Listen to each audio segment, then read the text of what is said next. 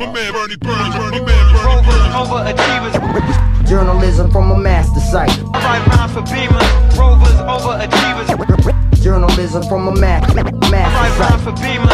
Rovers, overachievers. Journalism from a master site. 5 rounds for Beamer. Rovers, overachievers. Journalism from a 5 master rounds site. for Beamer.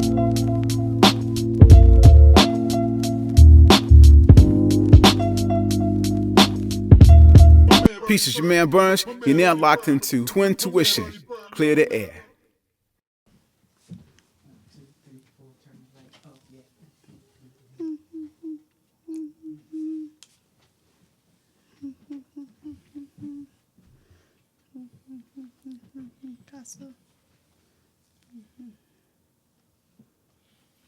Phone fell. Oh shit.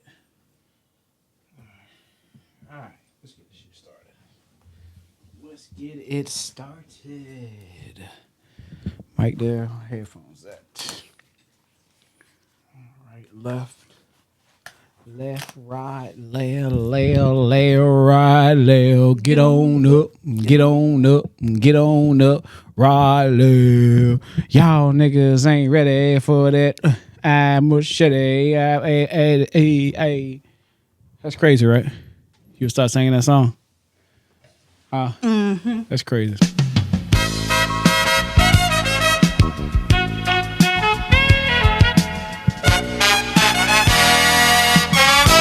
Race check, Nichole on the boards. Since she was singing that motherfucking song.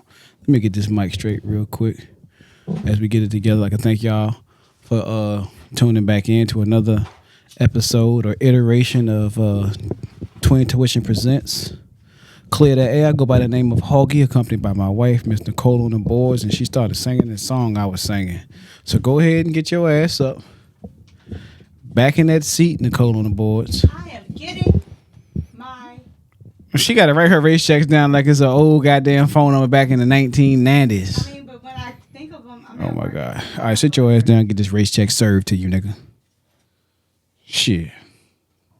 The audience been waiting. Time is motherfucking up. Y'all already know what the fucking question is. Shout out to y'all.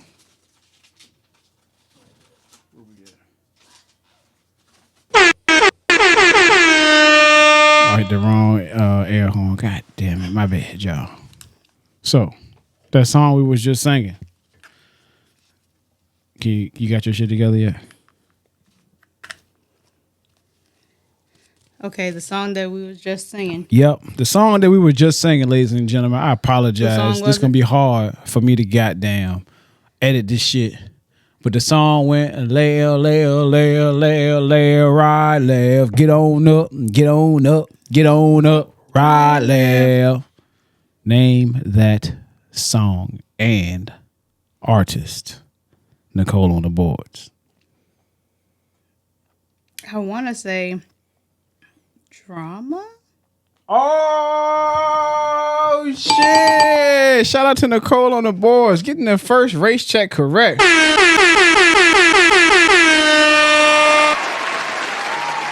I'm surprised at you. God damn. Out of all niggas, I can be naming some mainstream nigga.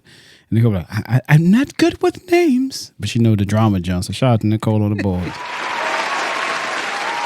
With that being said, y'all, I guess we'll go ahead and get the podcast started. I'm trying to put this drink somewhere and get this microphone right. I don't know what I got going on.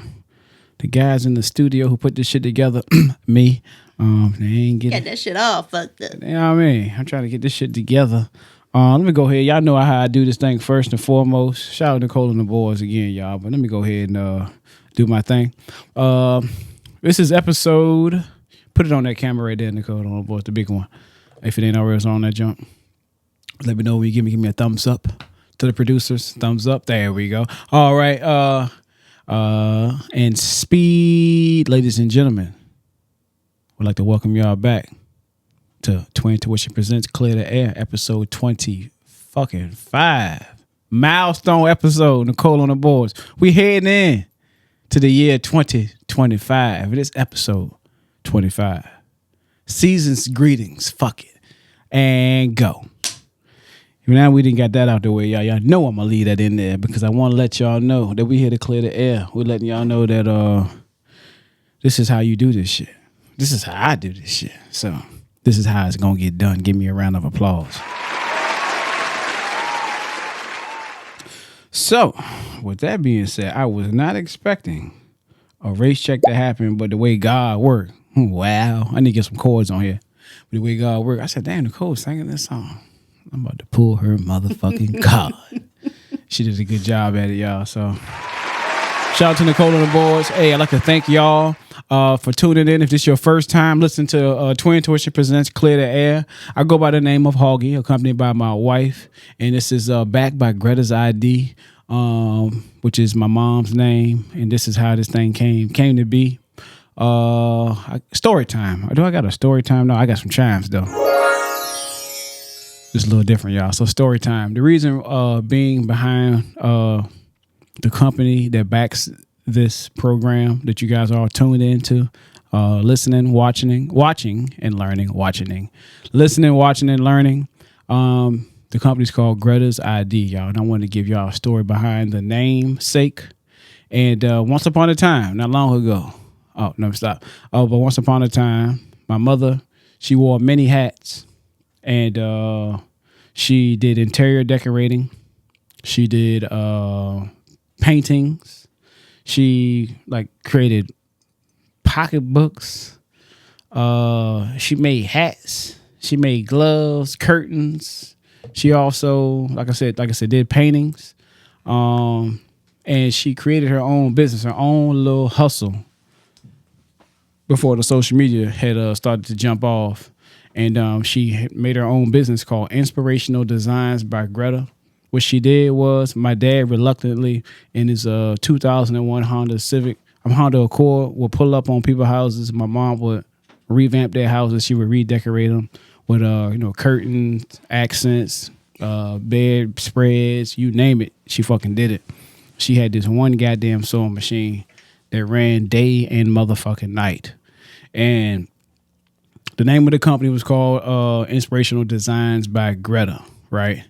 And unfortunately, fast forward to this day, she ended up passing away back in 2012. Yep. And she slowly had a decline and just, with health problems and things of that nature. She retired as an RN and also a dispatcher for the police department, right? She cussed like a sailor. But anyway, that's besides the point. Those of y'all who got to meet her, that watch this podcast, that support this podcast, they know what I'm talking about, and they could probably vouch for it as well. But she held her own, with the company of, my father support as well. She kind of kept him in check, shit. But to fast forward to this day, when I ended up, wanting to do something a little different, when I created this podcast, I wanted to have my mom's name continue to ring bells out here in these streets, right? But on the interwebs now. And what better, way I can do it but to call it Gretas ID, which is a play on words because the ID stands for Inspirational Designs, and I happen to be one of them. So salute and shout out to the way we do these things over here, man. So I want to let my mom know this time of the year when she go all out. As far as Christmas, And even if she maxed out my dad's credit card and her shit to make sure her boys had some shit, like she was the real motherfucking MVP and was paying for that shit for the rest of the year. So shout out to Gretas ID. Shout out to Inspirational Designs by Greta, yo. And I'm one of them. So with that being said, let's go ahead and... with that being said, yeah. I always got to put this out there because she always tried to say I was the diva. But and I know your mom was the biggest diva we know. Oh, yeah. My mom, my mom, she sung. She did also did music. But I ain't want to cut you off. Go ahead, what you were saying. And, her creativity and everything, we see a lot of it through our kids. And, for instance, let's switch the camera back to you. These little drawings on the wall. Oh, yeah. Was by our 8-year-old. Yeah, by my 8-year-old. She, what happened was when I was growing up, my mom, she used to instill a little shit like that in me. Like around Christmas time, niggas was broke, but they didn't know they was broke because they was too young and naive to know they were broke. And what my mom would do, instead of go to Walmart, Michael's, and all other shit and buy decorations, she would buy some fucking construction paper and have us create our own decorations. Somehow, some way, I ended up brainwashing my kids to believe the same shit. And they started creating these little, arts and crafts of that nature that also kind of reminiscent of my childhood. So I'd like to shout my mom once again. My daughter's got the little candy cane and the little gift bag right here, gift box behind me. She also got a little gingerbread house she painted as well. And I try to make these things, like when people come into this place here, because I'm going to be real with y'all. I ain't no big name celebrity. I ain't got no fucking studio. I'm shooting this podcast out of my crib. Hey, it's growing pains. You can call it what you want, but I appreciate y'all who still locked in with this podcast. And people who come here, they like, yo, like your walls speak magnitudes, man. Your wall speaks volumes, because all the little art I got in here is kind of reminiscent of my kids' elementary school. And you walk up the halls, you know what I'm saying, they be able to see their work and be proud of what the fuck they created. And it's had me, kind of tap back into my creativity in this world and being able to be a dreamer once again, you know what I'm saying, and dream these big dreams, but put them out in a world that they can believe and achieve anything they put their minds to. So when I see that little art, it's like, yo, this is what it's supposed to be. Now, some of my family members who come here are reluctant to be like, hey, man, they got a little thing you can put all this shit in a notebook. You know what I'm saying? The notebook get shit put on top of, and you don't ever get to see it again. My kids get to see their work and reminisce on it. So shout out to me being the dad of the motherfucking year.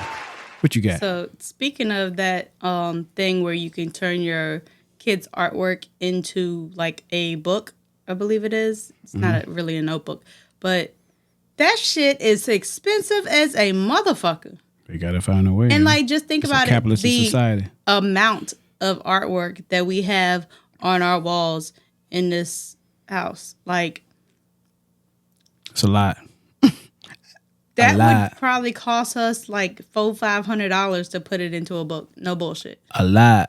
Real shit. For so many reasons. How much artwork you got? A lot. How much room you got? Not a lot. But we about to get the fuck out of here soon. But yeah, shout out to that. Let's see. I'm trying to get my shit together, y'all. I'm trying to get rid of all these tabs for the week. You know how niggas like to refresh their phones. I don't know if you refresh your phone, Nichole and the boys, but if you got an iPhone, you got 5,100 tabs up, just start closing them motherfuckers out. The phone will respawn, you know what I'm saying, very good. It's like thinking a million thoughts at one fucking time with all them tabs up, so I had to close a couple of those. Let's see. With that being said, like I said, I know I did it already, but, this is like the pre-pod when we kind of just talk around before I actually, start to stick to the script. But welcome y'all back to Twin2ition presents Clear the Air. Let me make sure my boards are working, and then we're gonna go ahead and rock. So let's go. Clear the air. No doubt. K-Slay brought us over here to clear the air. You know what I mean? And you know what? And that's what I want to do, man. I want to clear the air, man. Baby, gobble in the bear. This industry shit is weird. Tell them to clear the air. Was writing in the dark. And that's how we do it, y'all. Here at Twin2ition presents Clear the Air. Like I said again, I go by the name of Hoggie. We're accompanied by my wife Nichole on the boards. And like I said on IG earlier, I'd like to shout out everybody that had something to do with this, who had hands in this. Whether it was sitting on this couch, whether it was giving me some equipment, whether it was giving me some constructive criticism, whether it was sending me a motherfucking like on Instagram, Facebook, Twitter.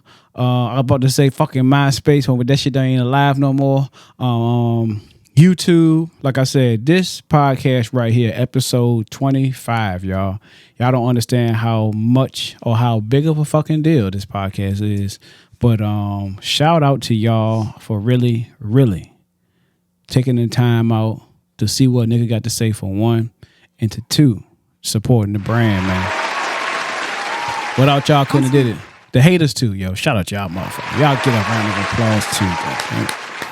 Fucking haters. I love y'all niggas. Ain't nothing like a nigga come out there booing you and you still drop the fucking drain the fucking 3 all net. So shout out to the fucking haters. This one's for you. What were you saying, Nichole, on the boards? I was about to say on some real shit. Yeah. Fucking MySpace really I feel like was the best social media. Even though it fucking died. Because like your page you was able to express yourself. Hell yeah. I mean, I know a lot of motherfuckers probably don't even know what the fuck MySpace is because, you know, it kind of died out that long ago. MySpace was like the fucking Dreamcast compared to the PS fucking 2. Go ahead, though. But, you know, you could set whatever type of background you wanted, whatever vibe you was vibing with or whatever. Yep. You could have a music that played on your fucking page. God damn. It was... Had your top 5 friends on that motherfucker on MySpace. Like you could niggas like, be have sick. It so that you express you other than just putting post. Yeah. Yeah. So MySpace was ahead of his time, y'all. MySpace supposed to have been coming out in 25. Niggas was doing HTML codes like goddamn niggas who can create fucking websites. I don't know how I created a fucking MySpace account, but I'm having a hard time, y'all, trying to create this fucking website. With that being said, call to action. Call the motherfucking action, y'all. Hey, the Twin2ition presents Clear the Air. Bucket hats have now fucking sold out, y'all. But the raffle is still alive, awake, and breathing like, hey, show me some motherfucking love, y'all. For those of y'all who purchased the hat, I want to salute y'all once more. Hey, we trying to get a new stock. We trying to get a new design. We trying to get better quality hats as well. But shout out to y'all for being the first adopters of the Twin2ition Clear the Air bucket hats. Hey man, it's definitely been an honor. You know what I'm saying, to send this shit out to y'all expeditiously because I don't know. I buy a lot of stuff on the internet, and what I do is either I meet you if you local, and if you ain't, I'm either mailing it off or whatever the case may be, but I'm putting it in your motherfucking hand. Make sure you get it as soon as you order it, man. So shout out to y'all. You mailed one of them bad boys to Australia, didn't you? I damn sure did mail the motherfucker to Australia. It got there. The motherfucking Aussies out there rocking it right now. Shout out to my nigga Steve. Young Wilk. For being a prime supporter. This nigga hit me up on the fucking DMs earlier. It was like, I put the little advertisement out about the hats that I'm talking about right now. And I was telling them about my the denim bucket. He was like, I told everybody it's a 1-on-1. It's a 1-on-fucking-1. Shout out to my nigga at Team No Sleep, Henry. I see you, my nigga. Shout out to Henry. But everybody loved that motherfucking denim hat. I done had multiple people like, when are you gonna put that denim hat on there? So maybe a surprise drop, but if it do happen, what I'm gonna do is I ain't gonna say shit. I'm probably gonna mention it in a post or something like that. The order's gonna go up for a certain amount of time, and it gonna be is what it is, man. But that denim hat gonna go for a little different. Is if you like, subscribe, comment, and share that motherfucker too. Goddamn facts. So if you ain't gonna support us, you ain't gonna get the exclusive shit. Point blank. Exclusive. When I walk in that denim hat, motherfuckers, oh fuck that nigga, his swag is on $1 million, and that's what it be like with that hat on, yo. But like I said, if y'all want that denim hat, it's gonna be a little pricey than the canvas joints, on man. Some real shit. What's up? We need to find. You know what? What's up? We probably ain't even got to find a grandma. All we got to do is holler at our auntie. What we talking about? We could probably get Aunt Pauline. To make some knitted Clear the Air hats. Oh, that'd be tough, yo. Oh yeah, because I did hear that the knitted shit in style. Yeah, shout out to my nigga. I haven't formally spoke with him, but I met him. We was in the same room and shit. Shout out to my nigga V.Ski. He from the 7-5, yo. And he was at the Sneakers and Speakers. He was the first nigga I seen with the fucking knitted goddamn bucket. And I was like, if my mama was alive, nigga, that'd be a fucking Inspirational Design goddamn hat. Niggas used to clown them goddamn. My mama would make us hats like that. I'm like, mama, I ain't fucking a newborn. Why the fuck am I wear a goddamn crochet goddamn hat? That shit in style now. My mama was ahead of her motherfucking time. My mom was ahead of her I time. could probably make one, but it's gonna take me about 4-5 years to make it. Yeah, Nichole still got a goddamn Green Bay blanket that she knitted when Taj was a baby. This nigga damn near his balls and damn near dropped by now. The nigga balls has dropped, and he still ain't be able to use that motherfucking blanket yet. So it'll get that's there. all right. It'll be done by the time we have grandkids. All right, girl, bye. All right. So y'all listen to enough of the podcast up to this point, man. A call to action. I ain't hitting that air horn right now. For those of y'all that got headphones on, y'all probably going to appreciate it. But we need y'all to subscribe to the show, yo. Twin2ition presents Clear the Air. You can find us on Instagram, IG at Clear the Air. That's ClearTheHeir. Also on YouTube at Clear the Air. Facebook at Clear the Air. On X/Twitter, we are called Twin2ition Pod. That's TWIN 2 ITION POD. And also on Threads at Clear the Air. And it's just like that, y'all. Elephant in the motherfucking room. Because I spoke on it before. We had a different idea that came out of it because this is very unorthodox. It should be a celebration. We should be popping bottles. We should be popping champagne. But thanks to jolly old fucking Saint Nick, niggas' pockets is thin. But with that being said, that's all right. We sipping on my ties. We sipping on we sipping on a little something over here at in the tundra. But so we're gonna go ahead and just keep it moving. And I got called out on this shit, yo. On IG earlier when I put the little pre-video up and I was telling y'all this episode 25 and fit check. Nichole and the boys. I'm rocking the bet. Go ahead and see how many we can get of them joints. I'm rocking. Huh? They almost sold out too. Shit, if we can get 30, them bitches will go. In fact, hey, so look, before I get to the fit check, Nichole on the boards, she got 2 jobs, y'all. She on the boards and she also on the interwebs. And I think we might get an order in of these denim hats, y'all. Ooh, the denim hats gonna go. But they're gonna probably go for a little different than the $34.99, y'all. We're gonna test the waters with a surprise drop. It may be 10 hats. And then after the 10 hats, whether or not the demand is there, then we probably can rock with it. I don't know yet. But I shout out to Nichole and the boys for the one you got in this one? Huh? The one you got in that one? I got one, but that's black. It is. Oh, that's tough.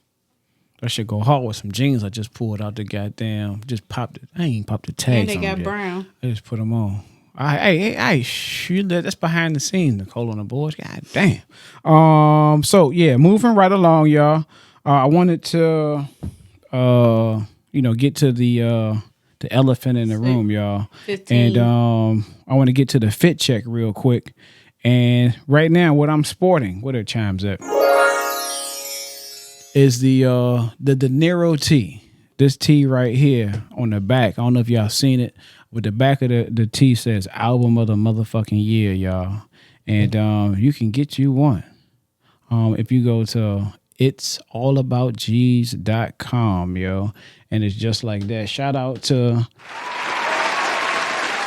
Virginia Beach, Virginia own the real G's once more. That's where I got my shirt from. Hopefully when I open that laptop up, y'all can still see the De Niro coming across my chest here. And it speaks for itself. For those of y'all who don't speak Spanish, De Niro means money. Give me my money. Give me my money. Give me my money. Yeah, so shout out.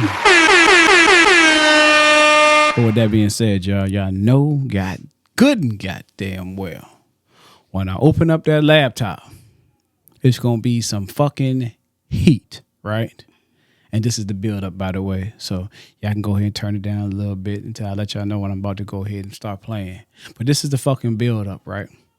And I met this young gentleman by the name of G's. That's GEE $, right? The last nigga that I followed who did this music thing with a $sign in his name was the late, great Mr. Stack Bundles, man. That nigga said he had a swag on $1 million. He way flying these other niggas. And this guy right here, the real G's. Like I said, it's from Virginia Beach, Virginia. He rep College Park.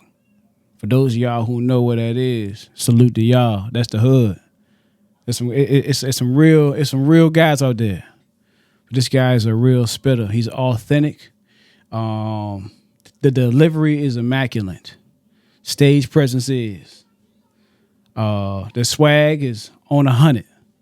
And when I met him, he ended up performing at the Sneakers and Speakers back over the summer. And he came to RVA, so I wanted to shout out first and foremost with an airphone at. Might have been the phone. Shout out to Jada Jeweler. Salute to you, G. Hey, you one of them ones, bro. I appreciate you and I support everything you do, man. We definitely gonna link up, sit down, chop it up, man. But hey, we here to clear the air. Hey, we gonna continue to work. We're gonna do things, man. But shout out to you, brother. Hey, I love everything you do. And being that you a jeweler, we're gonna talk a little bit later, man. Shout out to you, bro. Might gotta get that clear the air shit. Might gotta get that clear the air, man. But I ended up seeing the real G's perform at the Sneakers and Speakers, and I was like, yo. When I pulled up on him at the end of the damn whole soiree, all the artists that came out there. Shout out to all the artists that came out there. I pulled up on him, right? It was him and two other cats, right? And I was out there, filming this shit, just doing my due diligence. And I pulled up on Cuz, and I was like, "Hey, man, your shit is tough." And he was like, "Yeah, man, I take this shit serious." And mind you, it was one cat there that was with him. That every word he spit, he was saying it verbatim. Another cat there, he had some wafer glasses on with the other tee on. He was sitting there like this. And when I told G's, I was like, "Yo, son, your shit tough." The dude reached in his pocket and he gave me a business card. And the business card said De Niro. And Cuz opened his mouth and said, "Yo, my nigga, it ain't no skips." And that wasn't even G's that said that shit. That wasn't even G's that said this shit. And I was like, "Aye." That's all I said was like, "Aye." And I took him for his word, man. And what I did was I scanned the QR code on the business card. I went straight to Apple Music. That's where I listened to all my music from first. And I just hit play. And I was just like, this nigga ain't got not one song that I done skipped yet. Ladies and gentlemen, I like to go ahead and roll out for a music spotlight. Clear the Air music spotlight debut. This is from the one and only G's. He has a new album coming out, which is called After De Niro. I have the De Niro tee on right now. And this track right here is a song that's just a little filler. This is something for y'all just to get a taste of who G's is.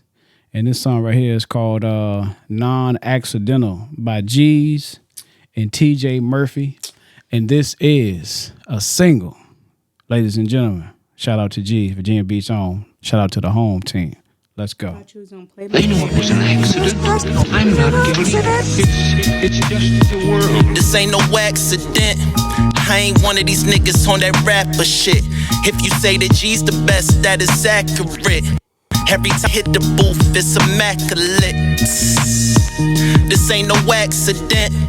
I ain't one of these niggas on that rapper shit. If you say that G's the best, that is accurate. Every time I hit the booth, it's immaculate.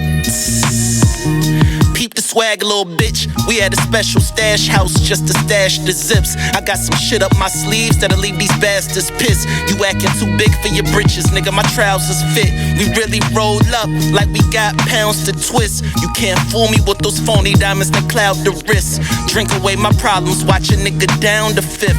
I peep the way you niggas clocking all the styles I flip. I got it covered like plastic on the couch you sit. Even on my brokest days, I still had some sense. These niggas late to the party, like past due rent. You know the type to claim they don't care, but ask who went. Born on this earth alone, no time for new friends. Keep your mouth shut, ain't no time for loose ends. Standing on my 10 toes, word to my shoe print. I took a vow to never change, word to the blueprint. This ain't no accident. I ain't one of these niggas on that rapper shit. If you say that G's the best, that is accurate. Every time I hit the booth, it's immaculate. This ain't no accident. I ain't one of these niggas on that rapper shit. If you say that G's the best, that is accurate. Every time I hit the booth, repeat what I say verbatim. Never try to play him. I roll 4, 5, 6. Now you gotta pay him. Even with the hand in my face, you saw me J him. I got a highlight reel for the green, like Jason Tatum. It's too hot on the streets, that's why niggas stay in. Niggas claim they heavyweight, we'll see you at the weigh-in. I still pray for the best, all the way to the amen. I seen them come and go, when shit got thick, they gave in. You might got a chance for a spot in the play-in. I group all you little niggas together in a playpen. I watch the good fellas, only surrounded by made men. No distractions in my way, I'm making bank by 8-10. The hood dry, it's a party in the state pen. I've been in the gym, I started this shit at age 10. The most solid since I laid feet on the pavement. These niggas foul like Draymond Green, that's flagrant. Damn, son, where'd you find this? Ain't no accident. I ain't one of these niggas on that rapper shit. If you say that G's the best, that is accurate. Every time I hit the booth, it's immaculate. This ain't no accident. I ain't one of these niggas on that rapper shit. If you say that G's the best, that is accurate. Every time I hit the booth, it's immaculate.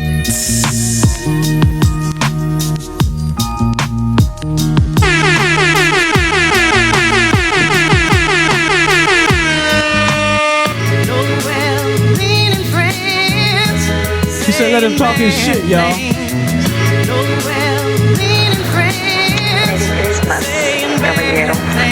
Why the people that I love give me love with conditions? I'm there for everybody, but I need that love I'm missing. Was born alone in this concrete jungle. Learn early that you can't have one street hustle. Niggas Can I please have more, sir? Turn that shit back, yo. Shout out to the real G's. I told you to make it, my nigga. Pretty spotlight. Let's go. Why the people that I love give me love with conditions? I'm there for everybody, but I need that love I'm missing. Was born alone in concrete jungle. Learn early that you can't have one street hustle. Niggas know I've been giving my everything to this shit. I've been the underdog since I came into this shit. And I ain't tripping on those who sleeping, but to those I'm reaching, they treat it like the Holy Ghost I'm preaching. Clean the whip on Saturday and I boast that weekend. Lord niggas who bite my stare, hope you choke from teething. I'm the GOAT, believe it and dope enough to prove it. Can't put nothing between it, anything less is foolish. My future shines so bright like I just left the jeweler. We might got the same whip, but guess who's newer? Guess who do? Everything they said they could've. I capitalized on the mistakes that I think you should've. Nigga, I had bags under my eyes last week. Nigga, from lack of sleep, I got to eat. My competition obsolete, they ops to me. Niggas jealous, but in person they give props to me. They not elite, wishing they could stop a G.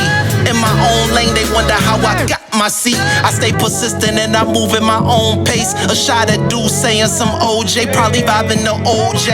When she starts snapping, I just laugh in that whole face.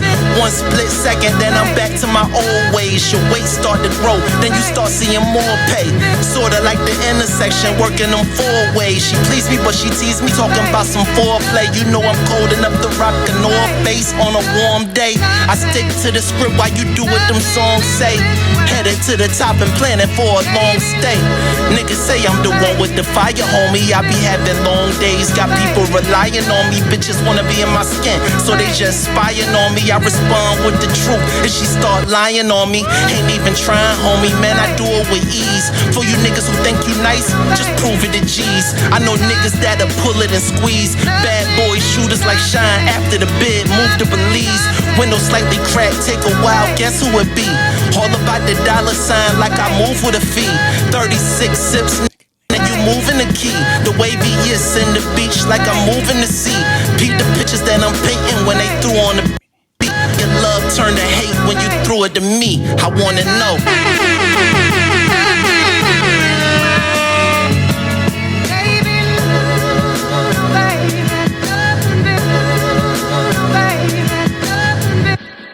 Yo, shout out. Ladies and gentlemen, I'd like to welcome y'all back. For y'all who just tuned in to another episode of Twin2ition presents Clear The Heir. That was G's, y'all, from Virginia Beach. And them two tracks I played, the first one was called Unconditional, which is a single. And the first one was called Non-Accidental, which is a single. And the second one was called Unconditional from his last album called De Niro. Shout out to Virginia Beach native. Jeez, y'all. And right now. You should have played my favorite song. What's your favorite song? Ruthless. Ooh. Okay, Nichole on the boards. Let me fucking find out. Yeah. Geez, he got hits, y'all. I'm telling y'all. I wish I could have played a little bit more, but I'm trying to keep this, you know what I'm saying? But he also, with that being said, with my T, it says the De Niro. He had the album out called Before De Niro. This is the song I just played, Unconditional, was from De Niro, but it's a countdown, y'all. A countdown. I want y'all to go ahead and circle your calendars right now. I said, circle your fucking calendars right now. December 27th, after y'all done finished opening up y'all Christmas gifts and shit, and y'all ready for the ball to drop. December 27th, after De Niro will be streaming on all major platforms. I repeat, After De Niro by G's will be streaming on all major platforms. So shout out to G's, man.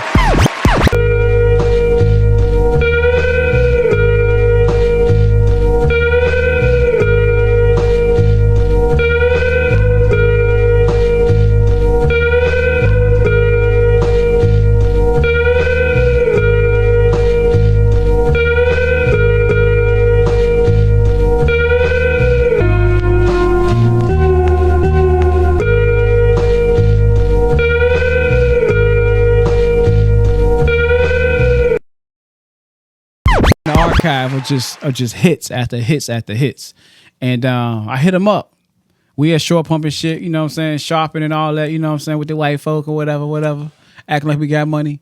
And I hit him up. I was like, yo, I'm sitting here trying to find a song for Music Spotlight. I can't just pick one. So can you give me your top song, your most favorite song that you put together, man? And he was like, hey, man, let me see what he said. Because I want to pull this shit out verbatim because I don't want y'all to think a nigga just throwing smoke out there, y'all. And so I said, hey, Music Spotlight this week, bro.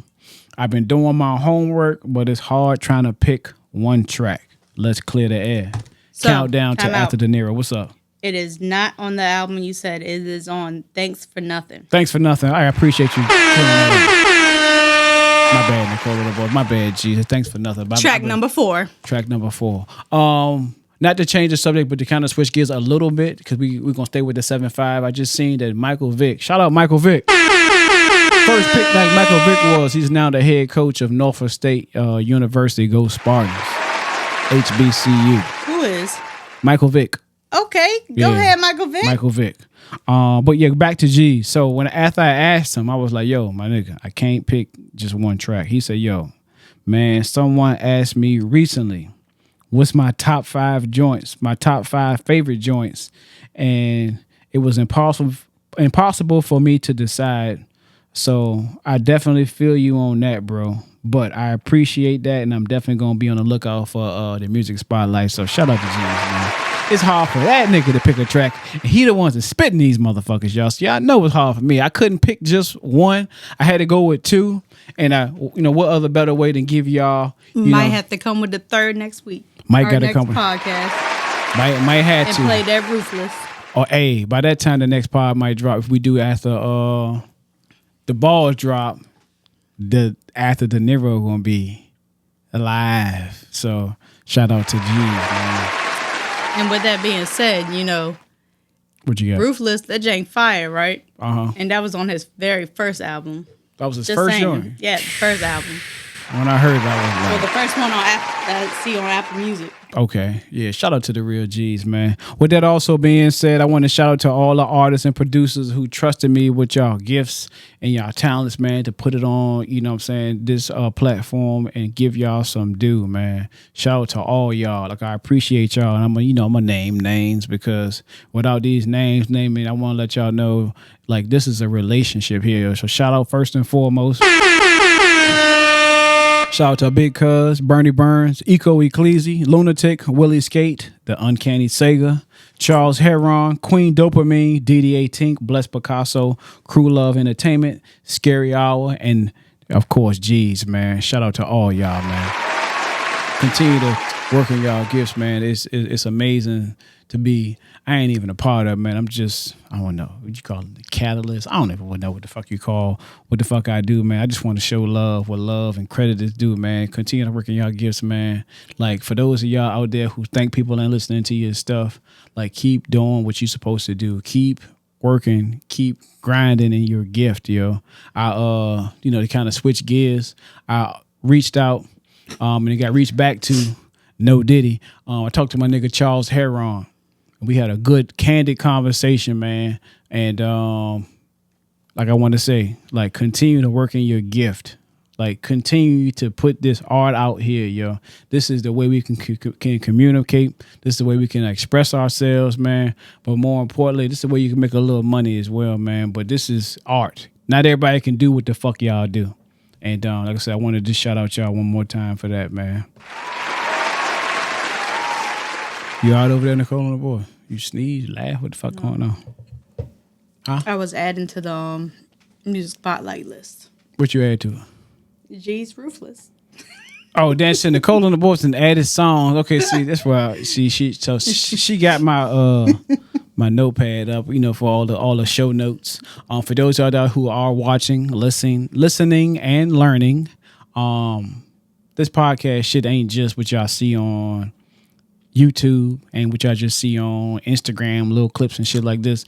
This is a real full out fucking production. I don't know which camera is on me. I don't really give a shit. But I want to let y'all know that this is you get out what you put in, man. And to all the artists, when I was speaking to them, they're like, man, I don't think nigga listening to my shit. I appreciate y'all showing me love. Nigga, the feeling is fucking mutual because I know all the fucking work I put into this podcast, man. I feel like, hey, it's something that I want to do differently. It's something I should have done. It's something that I missed. And niggas is like, yo, we love the look. We love the sound. We love the atmosphere. We love everything that you do with this fucking podcast, man. Continue to do what you're doing. I'm like, yo, if y'all only know what the fuck this mind right here, this vision is telling me to do.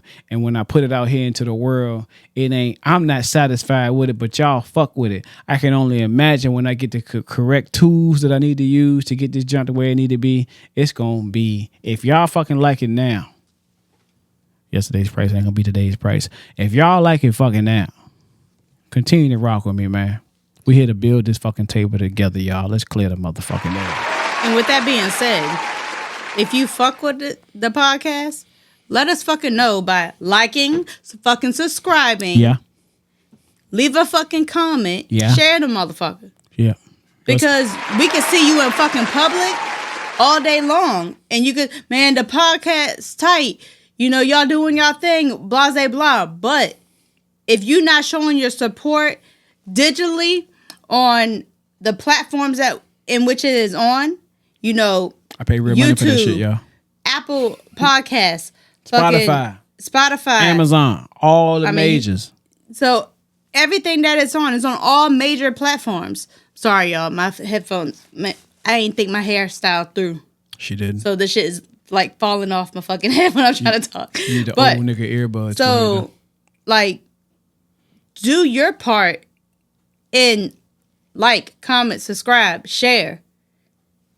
Like, it's not that fucking hard. It doesn't cost you a motherfucking thing to hit the fucking like button. It doesn't cost you a motherfucking thing to hit a fucking subscribe button. It's not like it's a subscribe button that, oh, you subscribe, you got to pay this much a month. No, you just fucking subscribe. It's fucking free. It doesn't hurt you either way. Shout out to Nichole on the board. So do your fucking part and like, subscribe, comment, share. Tell a friend. Whatever the fuck you got to do. To tell another friend that these niggas Send a here. motherfucker in a fucking text message to somebody. That's it. Show your fucking support. Don't show your support when we fucking see you in fucking public, but you don't fucking show your support the way digitally. It's supposed to be. Yeah, where it's supposed to be. Shout out to Nichole on the board. I don't know who she just turned into. Wait a minute. Who are you? Nichole on the board. Another rant, y'all. Hey, yeah, call to action. Call to action, goddamn it. Call to fucking action. If you want to be featured on our show, man, we're calling all artists. I said calling all artists. Send us a DM for further details and let's clear the air. You could be very well the next music spotlight. Y'all know how I do these rollouts, man. I'm telling y'all, I tell all the artists when I speak to them in these DMs, man, for those of y'all who apprehensive on sending, you know what I'm saying, sending a message to me, I'm like, yo, what I'm going to do is, if your shit tight, if your shit hot fire, if you love what you do, if you got hell of a catalog, if you can do it the way you do it, and can't nobody else do it, what I'm going to do is, I'm going to find your music. I'm going to listen to it. I'm going to nod. I might diddy bop, depending upon what I'm doing. If you got merch, I'm going to cop it. And then what I'm going to do is, I'm going to put it on Music Spotlight at no charge to you. So shout out y'all. But let's be clear, man. Yesterday's price will not be today's price. Those y'all believe in this program, I salute y'all. Thank y'all. But like I said before, talk to me, I talk back. If you want to be featured on this show, just send me a goddamn DM, man. And let's clear the motherfucking way. And that go for businesses as well. Business as well. Moving right along. We're going to switch gears. Nichole on the boards. I guess we're going to go to sports a little bit. And I told you when I was making your Mai Tai, before we get to the sports, I was making your Mai Tai and the grenadine fell off the table, hit the floor. So with that being said, do we need to buy grenadine? Need to buy grenadine, but we also need to... Like it all spilled? Yeah, I mean, the majority of it did spill, right? But I got to goddamn, probably stop for the calls. So I might pause the podcast and get it back up. Or what I could do is get Nichole on the boards to kind of do a quick hot take while I do something real quick.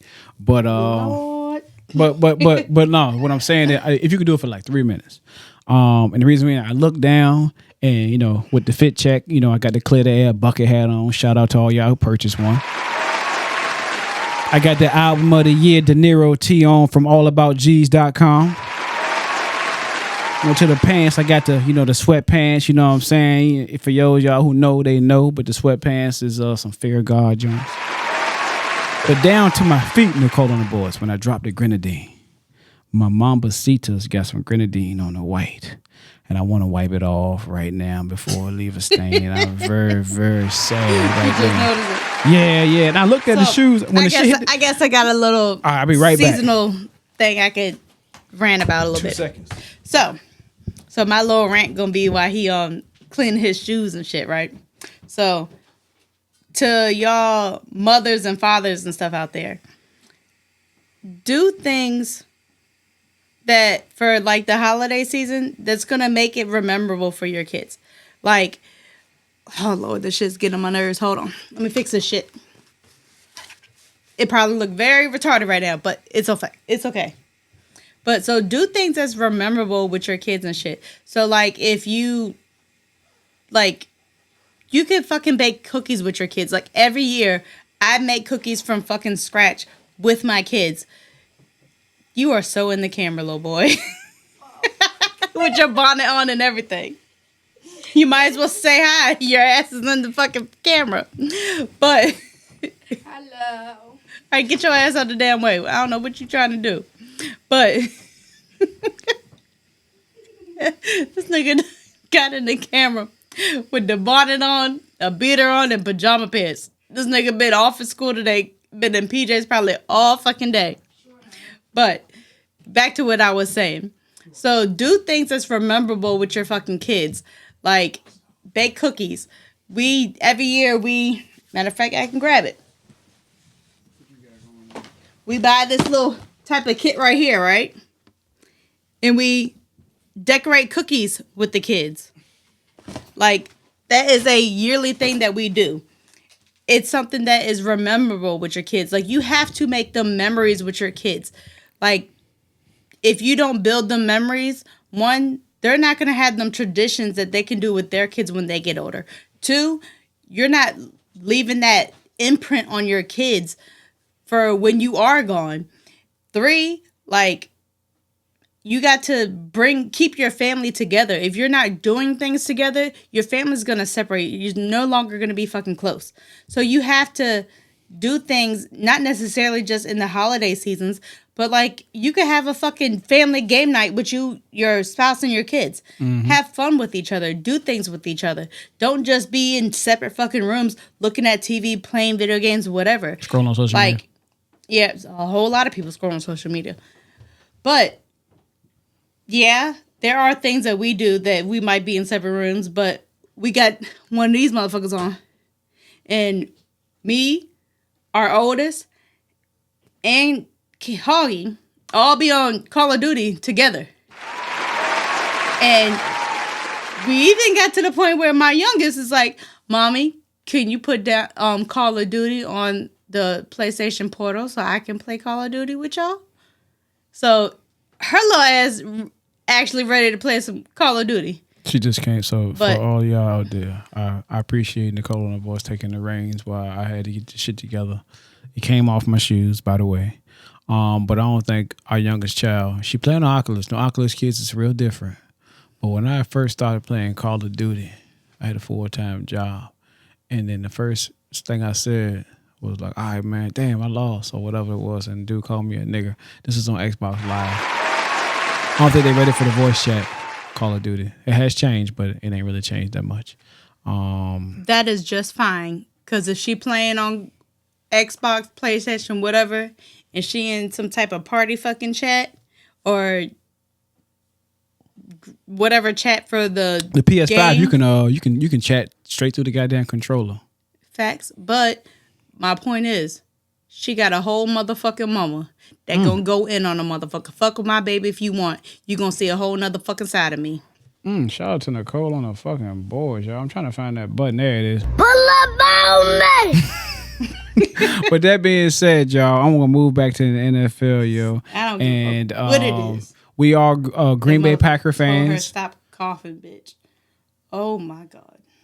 You good over there? Yeah, it just resonated back. Yeah, on the Oculus when that motherfucker told her, "Stop coughing, bitch." Oh yeah, we both pulled I up lost on that my nigga, fucking shit. We both put up on cuz like, yo, who the fuck you talking? We through the Oculus, through the internet. We like, nigga, who the fuck are you? That nigga quick, fast in the hair. I don't know if he got unplugged the fuck it. off that shit. If he unplugged or took the batteries out or what. I don't know how he got out that bitch so quick. He must have just held down the goddamn power button and it just left. He was gone, yo. I lost my shit that day. I mean, nigga, he disappeared quick. He disappeared like most of y'all daddies, man. Shout out to y'all. That's fucked up. But no, what I was saying is, but you meant it. But get back, y'all sorry ass motherfuckers that wanna. All y'all sorry ass fucking men that wanna. This of course don't apply to you, but all y'all sorry ass men out there that want to be fucking all these damn bitches, nutting in them and shit. Goddamn. Making fucking babies. Whoa. And then you don't want to be in your fucking kid's life. If you're not going to be part of your fucking kid's life, use a fucking condom, you dumbass motherfucker. God damn. All right, so with that being said, we're going to go ahead and switch gears. One more again. I didn't put it back in the second and hit it in the third because I was going like this in second. So we're in third gear now. And with the speaking of that, pulling up on niggas, y'all, we going to go to the NFL. And Nichole on the boards. It's a cold world out here, y'all. Like I tell everybody, we Green Bay Packers fans. I've been a Packers fan since I can be able to pick my team I like. I also got a share stock that's on display, and also Nichole and the boys got a share stock that we have as well. But both our names are on both of them. But we are owners of the Green Bay Packers. We are, I think, the only franchise in the NFL where the fans can own a share of the team. Only one. But with that being said, it's a cold world out here. And you remember, Nichole and the boys, when you first became a Green Bay Packer fan, it was about 2006, 2007, right? Mm-hmm. And you would do this thing to me where you would ask me. We had one TV, y'all, and the TV was on a goddamn box. No. I gotta tell this story. You had to hold the back of that. I gotta tell this one. Go ahead.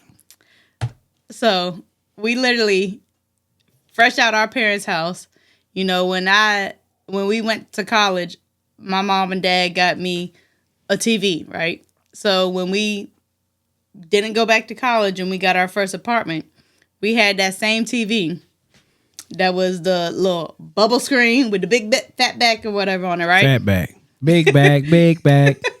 Go ahead. So that's literally all we had. And on top of that shit, we had nothing to put that shit on. So we made a motherfucking TV stand out of motherfucking cardboard boxes. Cardboard boxes, y'all. Shout out to when them. I say we had cardboard boxes, I think it was like maybe like 4 of them stacked, 2 on the bottom, 2 on the top. And then we had a blanket on top of that shit. So it looked halfway decent, right? Mm-hmm. And that was the only fucking TV we had in our whole apartment.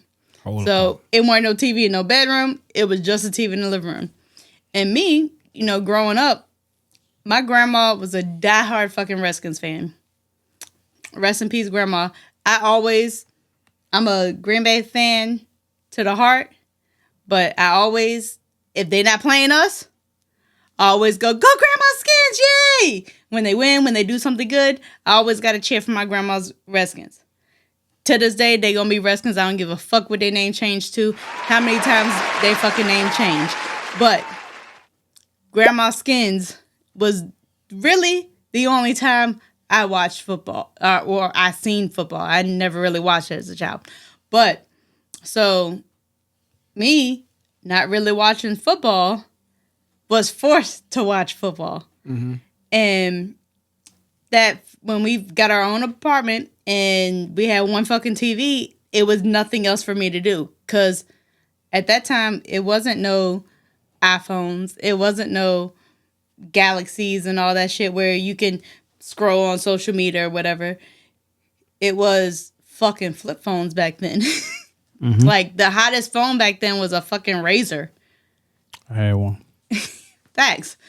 And so it wasn't nothing else you could do besides watch whatever the fuck was on TV. Mm-hmm. And on top of that, you know, we had the hooked up cable for the free. The low. Go ahead, though. So, you know, I want to say it was about maybe 2 seasons. Every fucking question that came to my fucking mind, I asked Hoggie, what this mean? What this mean? 157 goddamn questions on the NFL season. To the point where by the 3rd season, like, I guess I shocked him or something, but I was like, hell no, that's fucking pass interference. And he looking at me like, damn, this bitch know football. God damn. So you may continue. I meant bitch in a term of endearment, okay? Before we get too deep into the hold on, story. Time out. I ain't no sensitive ass motherfucker. All right, I just wanted to make sure for all y'all that they're watching and listening and learning. I appreciate y'all, but I was like, damn, who the fuck got into your motherfucker? Wait a minute. Who are you? Shout out to Nichole and the boys. All right, so back to my story. But I appreciate y'all, her giving y'all perspective, right? And around this time, 2006, 2007, this may be a long podcast, but hey, this is a milestone one, so y'all go ahead and just lock in for the goddamn ride. Another story. So, in the midst of 2006, 2007, right? Brett Favre was on his way out of the NFL, and I was like, come on, Brett. You done brought me to the promised land twice. You done won it once, man. We need you to beat the New York Giants, my nigga. We need you. And we were losing, right? Shout out to my nigga, the running back. What the fuck is his name? Damn, I can't think of his name. Right light skinned nigga. I can't think of his name. Fuck. Anyway. Finley? No, Finley was a tight end. Oh, the light skinned nigga. Ryan Grant. Shout out to fucking Ryan Grant. Ryan Grant could have did so much more. Didn't his career end from an injury also? I think it also for injury too. So did Michael Finley. Yeah, but shout out to Ryan Grant. It was Brett Favre, or Favre, if you want to pronounce it, Favre. Brett Favre, Ryan Grant, Michael Finley, Donald Driver, and a couple of other guys. Their defense was stout. KGB. Aaron Campman. We had some dogs out there in Green Bay. Matthews. Clay Matthews won't there just yet. This was Aaron Rodgers was playing, and it was Clay Matthews wasn't there with probably his rookie year. Goddamn it! All right, fact check that. See what year Clay Matthews went in. But look, so the story is this. Not Aaron, because they're the same nigga now. Aaron Rodgers and Brett Favre, them niggas is interchangeable now. You can put them in any fucking sender, and they can answer. So you know what that means, right? Fucking answer what? When that nigga leave the Jets, you know he going to the Vikings. The Vikings got a goddamn quarterback, so I'm gonna go ahead and just pump your brakes on that. They got a quarterback. Yeah, true. But yeah, that's not to say that these motherfuckers won't pick that nigga up. That's not to say that they won't pick him up. Shout out, and with that being said, Aaron Rodgers do have a documentary on Netflix. I might check it out. I don't know when I'm gonna check it out, but I might check it out during the Christmas holiday break or whatever you want to call it. I might check it out then. But yeah, back to the story at hand. Brett Favre ended up playing against the New York Football Giants when they were good, halfway decent. David Tyree catching the ball in his fucking helmet, catching the touchdown. Anyway, Brett Favre. When I told you Nichole was going to happen, I was like, this nigga laid down to get sacked. And gave fucking Michael Strahan the fucking sack record. This is some bullshit. This is some fuck shit. Fuck these niggas. Fuck the Packers. I started taking shit off the wall, ripping jerseys off. I was a mad motherfucker. The way God worked, though. Wow, the way God worked. Brett Favre get confronted by Mr. Mark Gastineau, and he, at the time, Nichole on the boards, was the sack fucking leader in the NFL. He pulled up on Brett Favre at a little card signing event, and this is what he fucking said to Brett Favre. Medal on. At least I saw you. Right. How you doing? When you fell down for him. I'm gonna get my sack back. I'm gonna get my sack back, dude. You probably would hurt me. Well, I don't care. You hurt me. You hurt me. You hear me? Yeah, I hear you. You really hurt me. You hurt me, Brett. We got to get back to this, Brett. I'm sorry. Shout out to Matt Gasson. Now he pulled up on goddamn Brett Favre. Was like, nigga, you hurt me, or you hurt. Nigga, you hurt my whole goddamn career, Brett Favre. You laid down for this nook. You laid down for him. And with that being said, it was a lot of implications behind that sack record, Nichole on the boys. Yo, like, even though the shit now that we see on TV is like WWE, shout out to WWE, but I know it's predetermined, but I love wrestling. I love that shit to the fullest. It's in my blood. But the NFL, Brett Favre laid down for Michael Strahan to get that fucking sack and become the all-time sack leader. Mark Gastineau pulled up on Brett Favre, was like, nigga, I should sack you the fuck right now, yo. So shout out to Mark Gastineau for pulling up on Brett Favre. And with that being said, Brett Favre did respond to the whole fray. And I believe he had something to say. I can't remember what it was. But he did apologize. He said he wanted to, hey, I'm going to say this is Brett Favre words, y'all. But where the air horn at? That's the wrong fucking air horn. What a weird air horn. There it is right there. Oh, so Brett Favre said, and I quote, he said, I want to clear the air. On the footage released showing the small dust up between myself and Mark Gastineau, the former New York Jet, back in 2002, when Michael Strahan sacked me at the end of the game that we had wrapped up. I was in no way trying to hurt Mark Gastineau. I was trying to close out a game and squeeze the last bit of fun out of a hard-fought game. I booted out of a run thinking it would be wide open. Saw Strahan standing there and ducked down. The game was over. There was no need for me to do anything spectacular. It probably wasn't Michael's best sack or tackle for a loss. In a different game or situation, I would have made a bigger effort to avoid the sack or turnover for loss. But at no point was I thinking about hurting Mark Gastineau. Maybe it crossed my mind to help Strahan. I didn't think it through. That wasn't my forte at the time. I just wanted to have fun and compete. In retrospect, I understand how Gastineau feels. We played a brutal game. Gastineau played during an era where guys didn't make generational wealth. I see now how being the sack king would elevate his value at card shows, strengthen his case for the Hall of Fame, and increase his demand as a public speaker. I had no way of knowing that then. I realize now the potential financial implications because football is far more business oriented than it was when me or Mark played. There is no malice on my part. Mark was a good player, a great player. My understanding is that he is a great guy and had a fun team, and as a fun teammate, a guy who played with a kind of joy and passion that I tried to mimic. I understand his frustration, but I am not his enemy. And then he says, a while back, he saw me at this car show and he goddamn pulled up on me.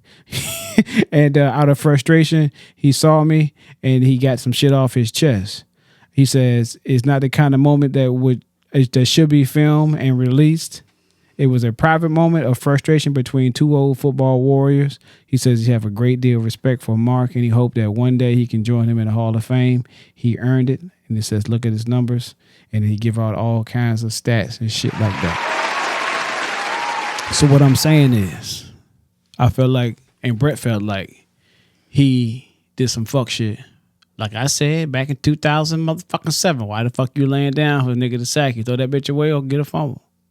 You know what I'm saying? But at least put some effort in it. Because you clearly had enough effort to go to New York fucking Jets and then go to the motherfucking Minnesota Vikings and continue to play football. It won't like that was your last fucking football game, Brett. So, Mark Gastineau should have sacked your goddamn ass. And that's just how I feel about that. I ain't know he said all that. I wasn't going to read all that shit before. That nigga said a whole lot of motherfucking shit. What you got to say? Like you very upset. How you know? So, just a kind of insert or maybe a segue, but so this really kind of bothers me in a way when it comes to the NFL Hall of Fame. Mm-hmm. If you can induct, I guess is what it's called, someone into the Hall of Fame, mm-hmm. Why does it take so long? Like, it's several people that have made it into the Hall of Fame and they don't make it into after they die. Because it's a popularity contest. It's sad. Like, if they were good enough and their stats and stuff was good enough to make it into the Hall of Fame fucking 30 years later, why the fuck they couldn't make it in the first fucking chance they got? Because the NFL. Why do they wait until this motherfucker is old as fuck or this motherfucker done died to put them in the fucking Hall? Did you put them in the Hall of Fame after they died because you fucking felt bad or some shit? That's what it sounds like. Because at the end of the day, that is a fucking honor to get into the Hall of Fame. Right. If you feel like that person was good enough to be in the Hall of Fame, mm-hmm. then that first chance that they get, was it? They got to be out of the NFL for what? 6 years, I think. 6 or 7 years or something like that, mm-hmm. before they can go into the Hall of Fame. So you got people that go in first after the 7 years. And then you got people that it be 30 years later and they finally go in the Hall of Fame. Right. Some of them might be damn near 40 years later. And some of these people, you know, you got their kids coming up on stage accepting the award or whatever for them making it into the Hall of Fame. That's something that, you know, they should be able to experience. Right. Why are you putting people into the Hall of Fame if they good enough 30 years later, where you finally gonna let them in, you should have gave them that opportunity the first fucking time. People retire every fucking year. So it's not like, the amount of people that are retiring every fucking year and stay gone for 7 full fucking years.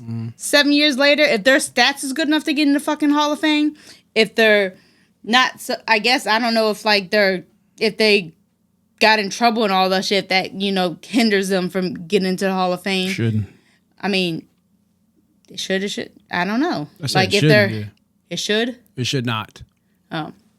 I mean, but if you got a motherfucker out there raping motherfuckers, you think he should... Man, you went a little too I'm far. just saying, certain shit, I feel like that might affect, them getting into the Hall of Fame. I got you. But, So you're trying to say Aaron Hernandez never going to the Hall of Fame. Okay, we got you.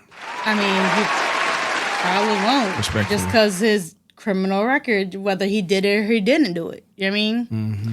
But the point is, give these NFL players that dedicated their bodies, their mind with all this CTE shit. Should have CTE with a full wallet full of shit. Go ahead though. Whole bank account full. Give them that opportunity to experience the honor of getting into the Hall of Fame and not wait 30 fucking years. That's all I gotta say. Shout out to Nichole. I guess that's your hot take. She went on a rant. That one. Switching gears or moving right along. I guess we can kind of skip around a little bit, but I don't want to go too far. But I wanted to send a shout out because we, on our off week,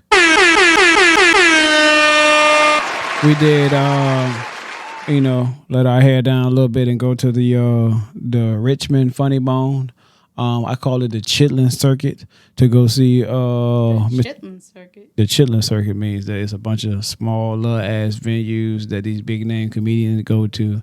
They practice their shit on there, see if niggas shoo and kiki and ha and he, and then they be like, oh, that's a good joke. I'm gonna add that one to my set. And what they do is they see if this shit funny, and then when they go to the big specials and stuff like that, they may sprinkle a couple of them jumps in. We here to clear the motherfucking air. So with that being said, we're to go see Mr. D. Ray Davis and a host of 2 other gentlemen who opened for him and did a great job. But I wanted to shout out, and let the audience get hip to the Richmond Funny Bone Comedy Club experience with us.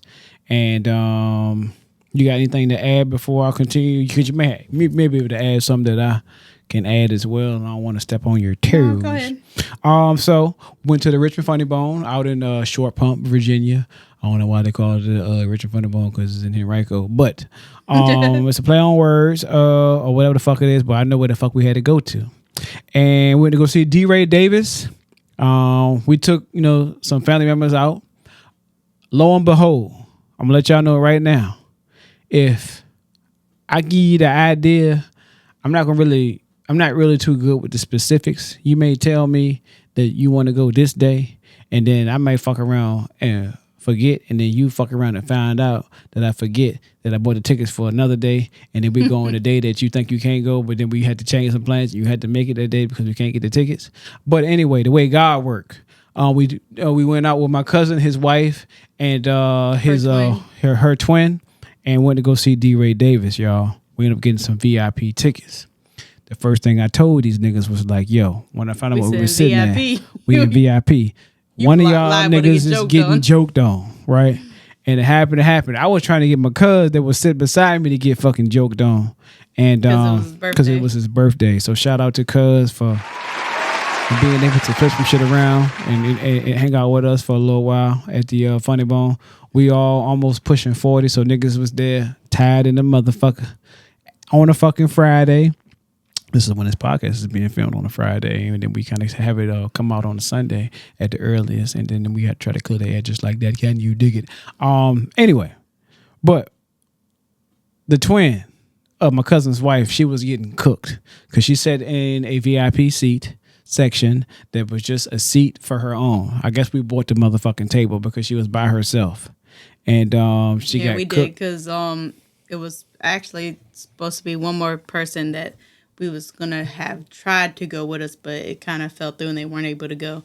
So, but you would think that the smart thing for the Funny Bone to do was get more asses in the chairs. If you did not have the rest of that table sold out, like the smart thing would be, okay, break us up and put us at the 2 tables, or let us sit wherever the fuck we want between the 2 tables. Yeah. Because his wife and the twin could have sat at one table, we could have sat at a table by ourselves. Yeah. Just so that she weren't sitting by herself.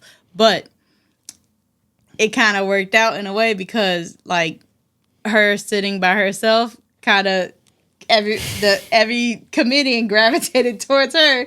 So, like, not necessarily getting smoked, but cooked. If they want to ask somebody something, they went to her.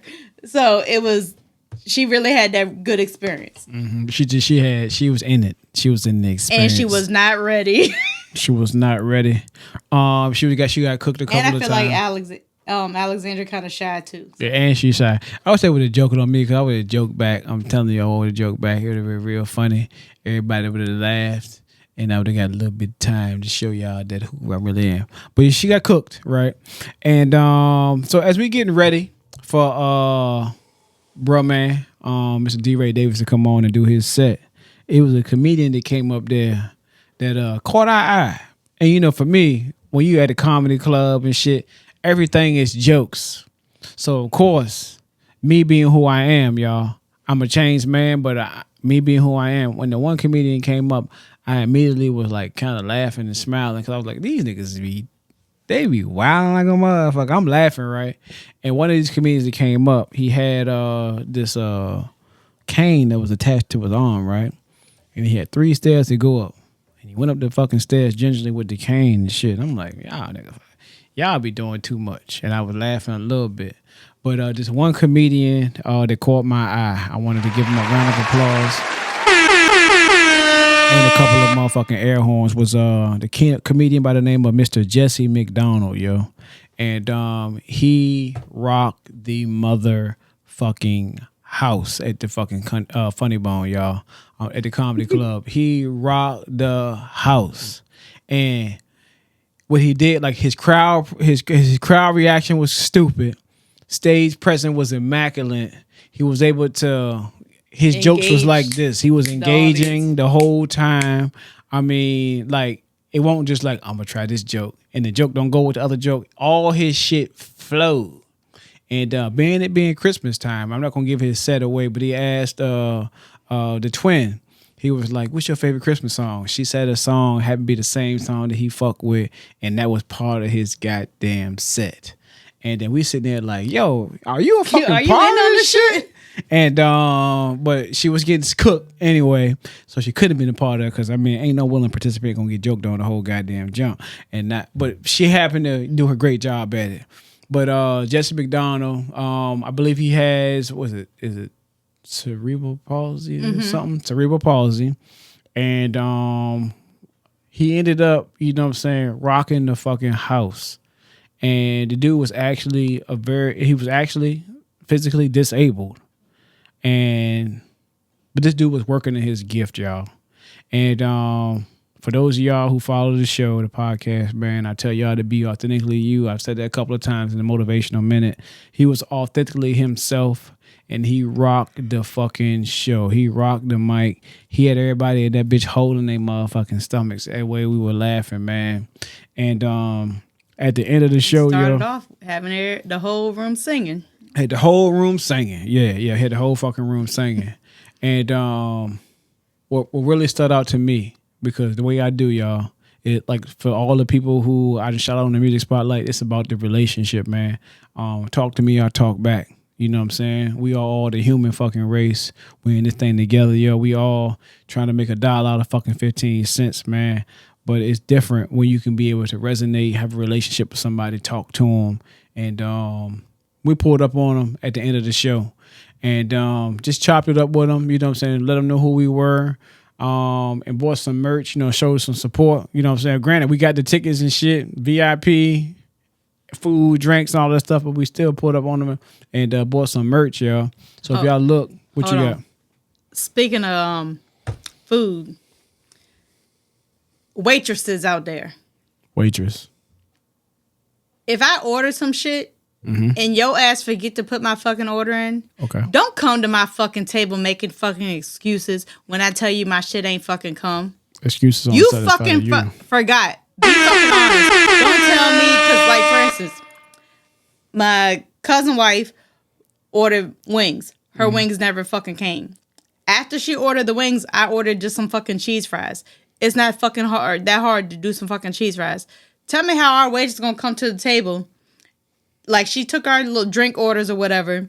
She ain't missed them bitches. She ain't really fucking come back after that. I think she might have came back once, and that's when I ordered the cheese fries. And asked if we want anything else to drink. And we was like, no, we good.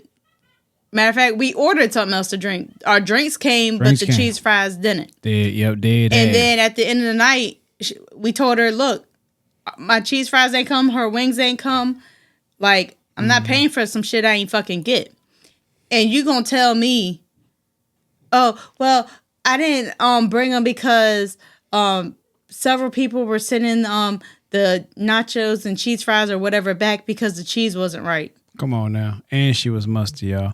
I know what the fucking real thing is. I'm here to clear the motherfucking air, y'all. And I know what it was. So I used to work in a restaurant. I showed y'all that Olive Garden plaque I got. I worked at restaurants, right? I'm gonna tell you what it was. What happened was she probably fucked with the bartender, right? So she was kiki and all, getting all cute, bent their eyes at the goddamn bartender, and the drinks coming out like that. She ain't had no problem, no part. She ain't want no parts of the cook, so she ain't go over there and talk to the cook, tell them what the orders was or whatever. And it's just like that, y'all. So I'm gonna keep it real with y'all. But she was a little musty though. She reminded me of my daughter. God bless her. So God bless her. God bless her. One day they're gonna that girl was musty as shit. But she ain't remember. She remembered to hit that button on them drink orders, but she ain't remember hit that button on them goddamn food. Niggas over there consume all that alcohol and got nothing to sop it up with them food. So I was a little tipsy. And you know I don't be eating shit at work. Yo, and it was on Friday as well. But yeah, back to the subject matter at hand. We were putting up Mr. Jessie McDonald. We bought some merch. And if you look to my left, y'all, we ended up getting this one shirt he got that states that I ain't drunk. I just walked this way, and it's Jessie McDonald. And he can be found on all social media platforms at comedian Jessie McDonald. And he has some funny shit, y'all. I mean, I'm telling you, he has some funny shit. And what we did is, as we chopped it up with him as well, my wife, she ended up getting a shirt as well. And behind her... No, that's yours. That's my shirt. Okay. And it says, flush the toilet because I'm the No, hold on. And that's comedian Jessie McDonald, man. He also had one of his road managers with him, was the name of Ken or Kenneth. And dude, man, was also disabled. I believe he probably was a veteran as well.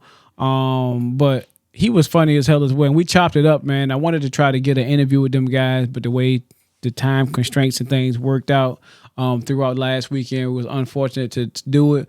But I'm quite sure we're coming into the quarter of the century, 2025. We're going to be able to kind of link up with these guys and get them, if it's not on a couch, maybe via satellite.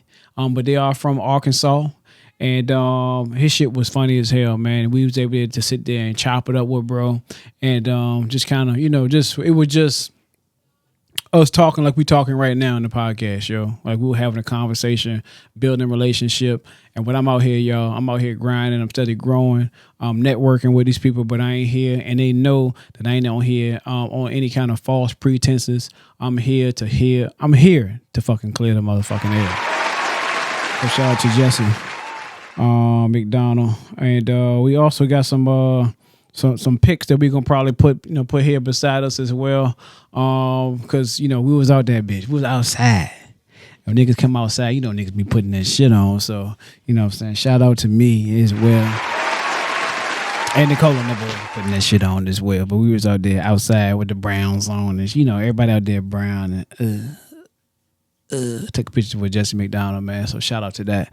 But yeah, it was definitely a blessing. Shout out once again. If y'all haven't followed comedian Jessie McDonald, he can be on Instagram, Twitter, Facebook, YouTube, all the shits. Comedian Snapchat. Jessie McDonald, TikTok. Y'all. and his shit is hilarious. He is a social. I think he got introduced as like the social media king, yo, because the social media shit be doing numbers, y'all. With that being said, Nichole on the boards. To change gears, but to stay on the entertainment. What's streaming? You know, 'tis the season, so it's a lot of 50, 11, 100, 20,000 Christmas music. There's Christmas movies that are playing, but what caught my eye was not a Christmas movie on what's streaming. It happened to be a show that we finally finished because we watch them once a night when we lay down, which was the Alex Cross on Prime Video. That boy it's supposed to be coming out with another season or something to it, ain't it? Yeah, yep. And Alex Cross is on Prime Video. It's starring Aldous Hodge and Isaiah Mustafa. If that name sound familiar, it's not Mufasa, it's Mustafa, and that's the Old Spice guy with the black dude. And it was Isaiah Mustafa and Aldous Hodge, and they did Alex Cross some motherfucking justice. They shitted on the Tyler Perry Alex Cross. This Alex Cross was the shit. I was like, yo. First I was like, okay, he a detective. He can probably solve a case every fucking episode, like Dick Tracy. Hell no. That nigga had a case that he was like, damn, this shit. The whole season he was God trying damn, to solve it. He didn't catch this nigga yet. But I shout out to Alex. I said Alex. Yeah, Alex Cross. Shout out to Alex Cross, man. Great. If you haven't seen it, it's on Prime Video. Yep. Happy birthday, Uncle Alex. Shout out to my big bro, Alex. This podcast is being recorded on December 20th, man. He's celebrating his, I believe, his 45th. Shout out to my big bro. Oh, my boy. Big bro, Alex, man. Love you, man. Still waiting for the intro, my nigga. I ain't forget. Shout out to Alex, though, man. Big bro, man. AKA Still, man. Those who know, if you know, you motherfucking know. Moving right along. Before we did the comedy club, we went out the weekend before to go see Moana. Shout out to Moana. She broke records in the box office. Moana 2, shout out to the box office records. She was the highest grossing Thanksgiving movie to debut. But what shocked me was Gladiator 2, Nichole and the boys. The Gladiator 2 made a whopping $320 million in its box office debut. What if I told you that Gladiator 2 was Denzel Washington's top grossing movie of all fucking time? I thought Training Day was the fucking top grossing movie, but it won't. His top grossing movie, what's up?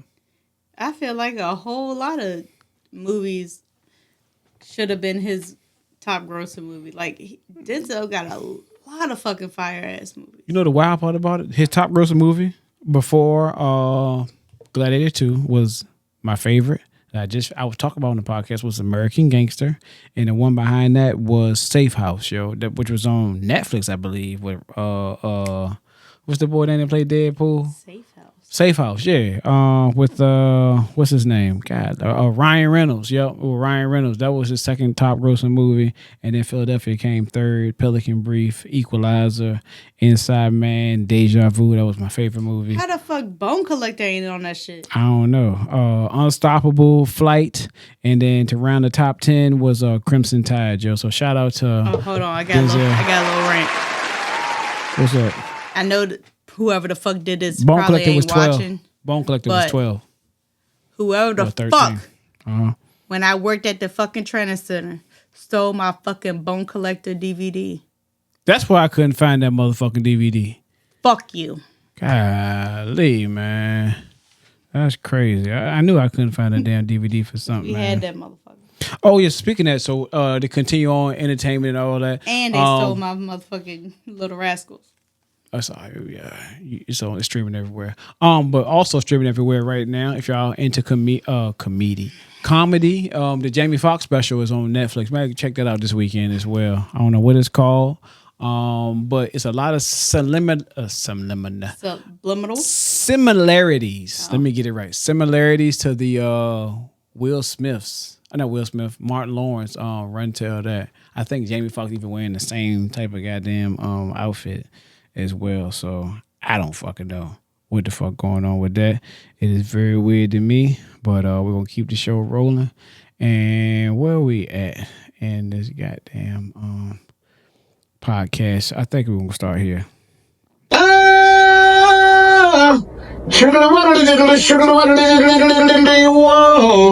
See, I'm a bad boy on the corner, so move from on ya, cause I'm dangerous. Dangerous.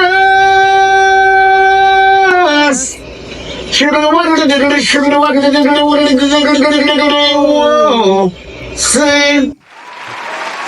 Anytime y'all hear Barrington Levy, shout out to Barrington Levy, y'all. This is our now sound for Black History You Didn't Know. Okay. And Black History You Didn't Know, Nichole on the boards. Shout out, shout out, shout out. It's crazy as fuck how history happened right in front of your eyes and niggas be like, that's crazy. But I ain't know it was history. It just happened to happen. And it was real cool and popular at the time. That's dope. But shout out, shout out, shout out to Black History You Didn't Know, Nichole on the boards. And I wanted to ask you a question. You might know it. Who was the one and only player from a historically black college and university to win the Heisman Trophy for the best collegiate athlete?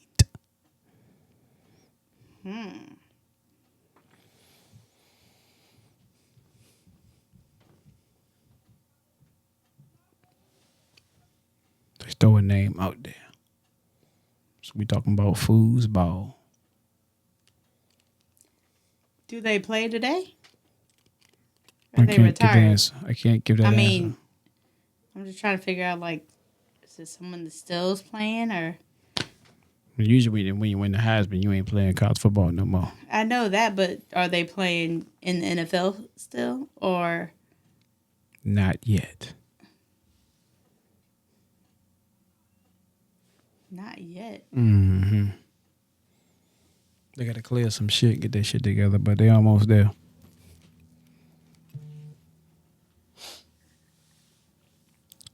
If you say not yet, the only person I could think of is Travis Hunter. Good job, Nichole on the motherfucking boards for using the process of elimination. I started to hit your ass with the goddamn on that. Yeah, for real, for real. Yeah, shout out to Mr. Travis Hunter. He is the 2024 Heisman from the Colorado Buffaloes, but he also played for the Jackson State Tigers as well. And it was awesome to see. And for me, to see him win that trophy after following the team, you know, I came on the podcast with the Colorado hoodie on. And, you know, of course, the Diamond Turfs on as well. But in a world full of young niggas, I know what I'm talking about. In a world full of young niggas, it was dope to see this one who became an inspiration, y'all. So shout out to Travis Hunter. He has something to say. I'm doing his Heisman acceptance speech. I don't know if I got audio for it. Here it is. Make it by national TV. Dad, I love you. All the stuff you went through, man. I look at your oldest son. I did this for you, man. All the times that you didn't get to see me, and the times you came to see my games, from not seeing probably 2 games in high school to seeing me on TV every weekend and coming to see me, man. That means so much to me. I know you wanted to be here and you can't, but trust me, I got you. I'm bringing the trophy home. I love you. Father, he's not here. Shout out to Travis Hunter for shouting out his dad, man. Black man to black man, shouting out his dad. And, you know, he had real raw emotions, man. He said, hey, Dad, I love you. All the stuff you went through, man. Look at your oldest son. I did it for you. And his dad, unfortunately, was in attendance at the Heisman Trophy ceremony, but he definitely made his presence felt, man. So shout out again to Travis Hunter, man. It was dope. I want to take a brief intermission. I got to take a pee-pee real quick. Hold up. You can talk if you want to. Hold up.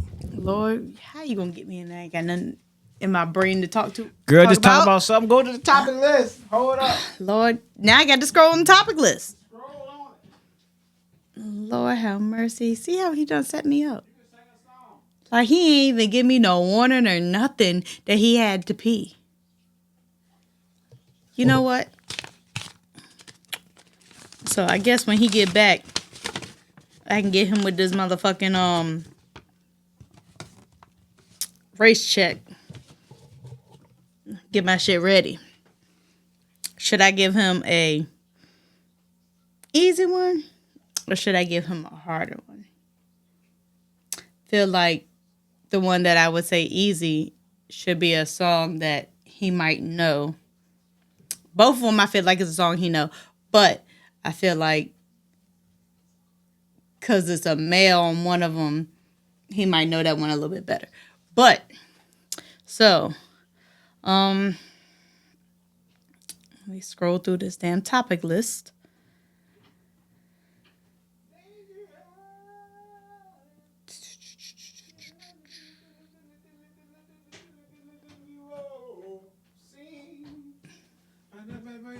Oh, so fuck it. Because I just noticed Moana on there. So, no bullshit. When we went to go see Moana, I don't know.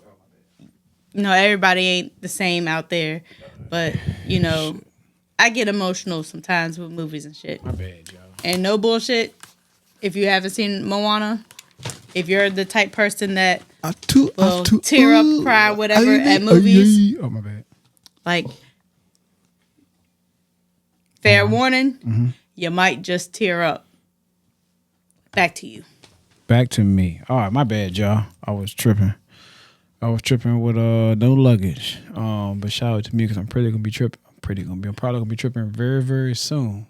Because the way God been blessing your boy, man, is definitely a blessing to have. But staying on Black History You Didn't Know. I appreciate Nichole and the boys taking the reins, but I had to go pee. I don't know what the fuck. I was gonna ask you what the fuck you putting in my ties, but I remember I made the my ties. I ain't never had to pee so bad in my life, but I don't know what the fuck I putting in my tie. Same shit you always do. Yeah, that's crazy because it was killing me. I don't know how I held my shit together. I would be crying like Travis Hunter for real, trying to hold that goddamn piss, but we made it happen. But Black History You Didn't Know, y'all. I'm not gonna have that about Barrington Levy sing another song. But do you tip Nichole and the boys? Yeah, we tip. And we had a conversation like this before on the podcast. Because the fact that I have been a waitress before. So I know that your check ain't shit. So you are working for your tips. So with that being said, if you want to have income coming in, you need to do your best as a waitress so that you can get a good tip. Us, we feel sorry for motherfuckers. So whether the service is shitty or not, we will still tip. Right. Although sometimes I'd be like, man, fuck that shit. I don't want to tip at all. But motherfuckers need to also be mindful. Look at that motherfucking check when it come. Big facts. Because a lot of times 18, 14. 10%. It already has gratuity added to the shit, which I don't fucking understand gratuity. Because how do you choose to add gratuity? Because like, for instance, at the Funny Bone, they added gratuity to our checks. It was 5 of us in total. One at one table, and then our table was 2 separate checks. But they added gratuity. Not thinking about it and forgetting that they added gratuity, Hoggie left a tip. Yep. So I want to say our bill was like, what? Damn near $200. Damn near $200. And alcohol. Fucking gratuity was added to shit. Plus we tipped on top of it. Yeah. So hopefully like, that bitch bought some deodorant. My bad. Sorry. She was must. I can smell it right now. I'm reminiscing from a week ago. About a week ago. Hey, and she was burning your nose. Hey, that shit was bro. I was like, bitch, you musty. I'm fucked up, but you musty. That's what I wanted to tell her. But speaking of tipping, Nichole, on the board, I'm glad you said that. And I want y'all, the listening, viewing audience, to listen to this. It says next time you leave a tip at a restaurant, remember this. Tipping became widespread in the United States after the Civil War as a way to avoid paying formerly enslaved workers.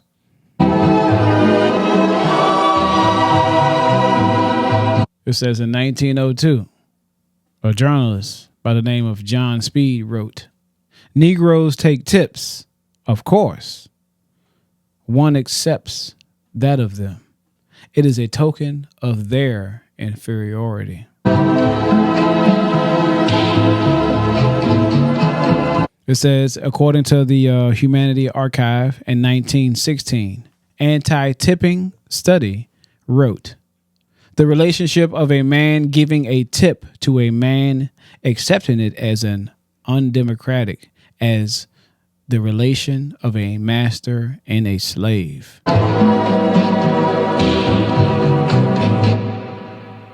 It says the practice allowed businesses to profit from withholding fair wages, particularly affecting black workers. It says also in 1966, Congress created the tip credit, allowing employers to pay tipped workers below minimum wage starting at $2.13 per hour. That is in 1966, y'all.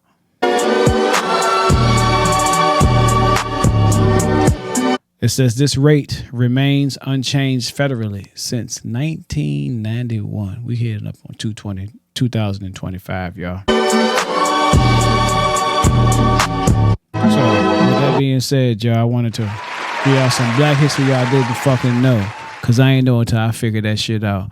But the reason why people are being tipped, because it always got something, all the fucked up shit in this country got some ties to fucking slavery, yo. And when I saw that and I read it and I did the research, I was like, wow, that's some fuck ass low fucking shit. But that's some black history y'all didn't know. I can't see Nichole on the board's face, but I'm quite sure she looked highly upset over there and confused and very mad. But how do you feel about that, Nichole on the boards? I don't know how to feel. Like, that's crazy. It's just fucked up. Like, so basically, I feel like it's basically saying that, you know, dating back to history, like, doing a service and getting tips is like... You get what I give you, nigga. You get what I give you. It's like you're considered... Lower than the average person. Mm-hmm. Yep, we here to clear the air. But the motherfucker that is working for tips is serving your sorry motherfucking ass that don't want to cook your goddamn self. Yep, for sure, man.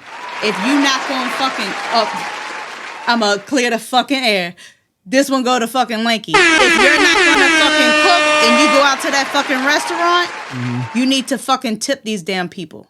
Mm-hmm. I don't give a fuck if they white, black, Asian, Hispanic, no matter what it is. They are trying to live off these tips. Right. If you don't want to tip, you go make the shit your damn self. But I feel like I don't put the blame on the person that's giving the tip. I put the blame on the employer who allows tips. Pay that motherfucker a normal wage like everybody else. Yeah, they can do that also. You know what I'm saying? Because the only people that get tip good is strippers. They get tip good. And they're just providing the service. Ain't nothing you can do with it. You just look at it. Same as at least they get bring the food out to you. Ain't nothing you can do with strippers but just look at them, throw money at them, hopefully get a bitch of paper cut. That's it. So, what I'm saying is, give the motherfuckers them hoes be selling ass. Correct fucking wage. Like, give them their wage. They are providing a motherfucking service. They are doing a fucking job that your ass too lazy to do. Employers, give them a fucking wage and let's get rid of fucking tipping. Because gratuity accepted don't mean that shit going to these niggas' checks either, yo. So, to y'all out there that's waiting tables as well. That's another don't fucking do it. Don't wait the table. Had a nigga that cook the shit, bring it out. I guarantee he can get sick of doing that shit. I get sick of making plates at my motherfucking house. Hate it. I don't get shit for it. I mean, I get a thank you. But I also get, is there more? I'm like, nigga, look, you ain't leave a motherfucking tip. God damn it. Leave a tip, nigga. Can't leave them Well, motherfuckers on to your pay son's me. behalf, Hungry. I had a conversation with your son. What's up? What did you say? About Christmas. I mean, you know the situation and shit. Okay. And your son, sorry, my hair kind of stuck under my titty, but. Man, we gotta wrap this shit. We almost at 2 hours. Go ahead. So your son, I was, kind of venting a little bit, and I think he asked me, was I excited about Christmas? I said, no, not really this year. And I told him why. And he said, well, we can use my money. So, and he was willing to use all his money on you. Oh. So it's crazy you say that, because I was telling somebody, you ready for Christmas? I was like, yeah, I'm ready. And they was like, what you want? I said, man, I'm going to be real with you.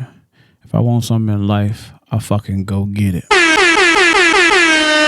I don't wait on another motherfucker to give me nothing that I can get for myself. I'm going to keep it 100. It's cool to open up something on Christmas, but if it ain't something that I want, it's going to be versus I already got it. I mean, shout out to AllAboutGEE. I got the De Niro tee on right now, man. This is one of the things I wanted under my Christmas tree. Another one was an opportunity, which I got a new job loading right now. So the turn of the new year, I said the turn of the new year. That's a gift you couldn't put under the motherfucking Christmas tree. It was a new job, new opportunities. It's going to be, new challenges, new hardships, you know what I'm saying? But we're going to be able to work this thing out for the greater good.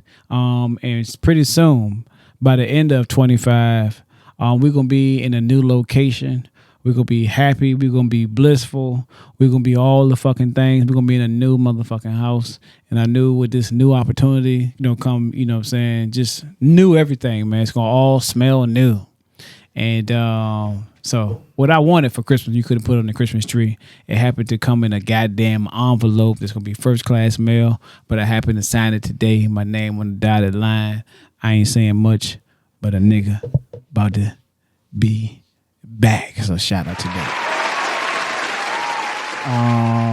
Moving along. I'm not going to put nobody on blast. She said, yeah, don't put nobody on blast. Fuck them niggas, by the way, and...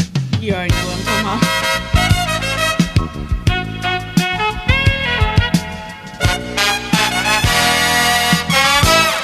Race check, Nichole on the boards, because you too slow at the punch. I got you.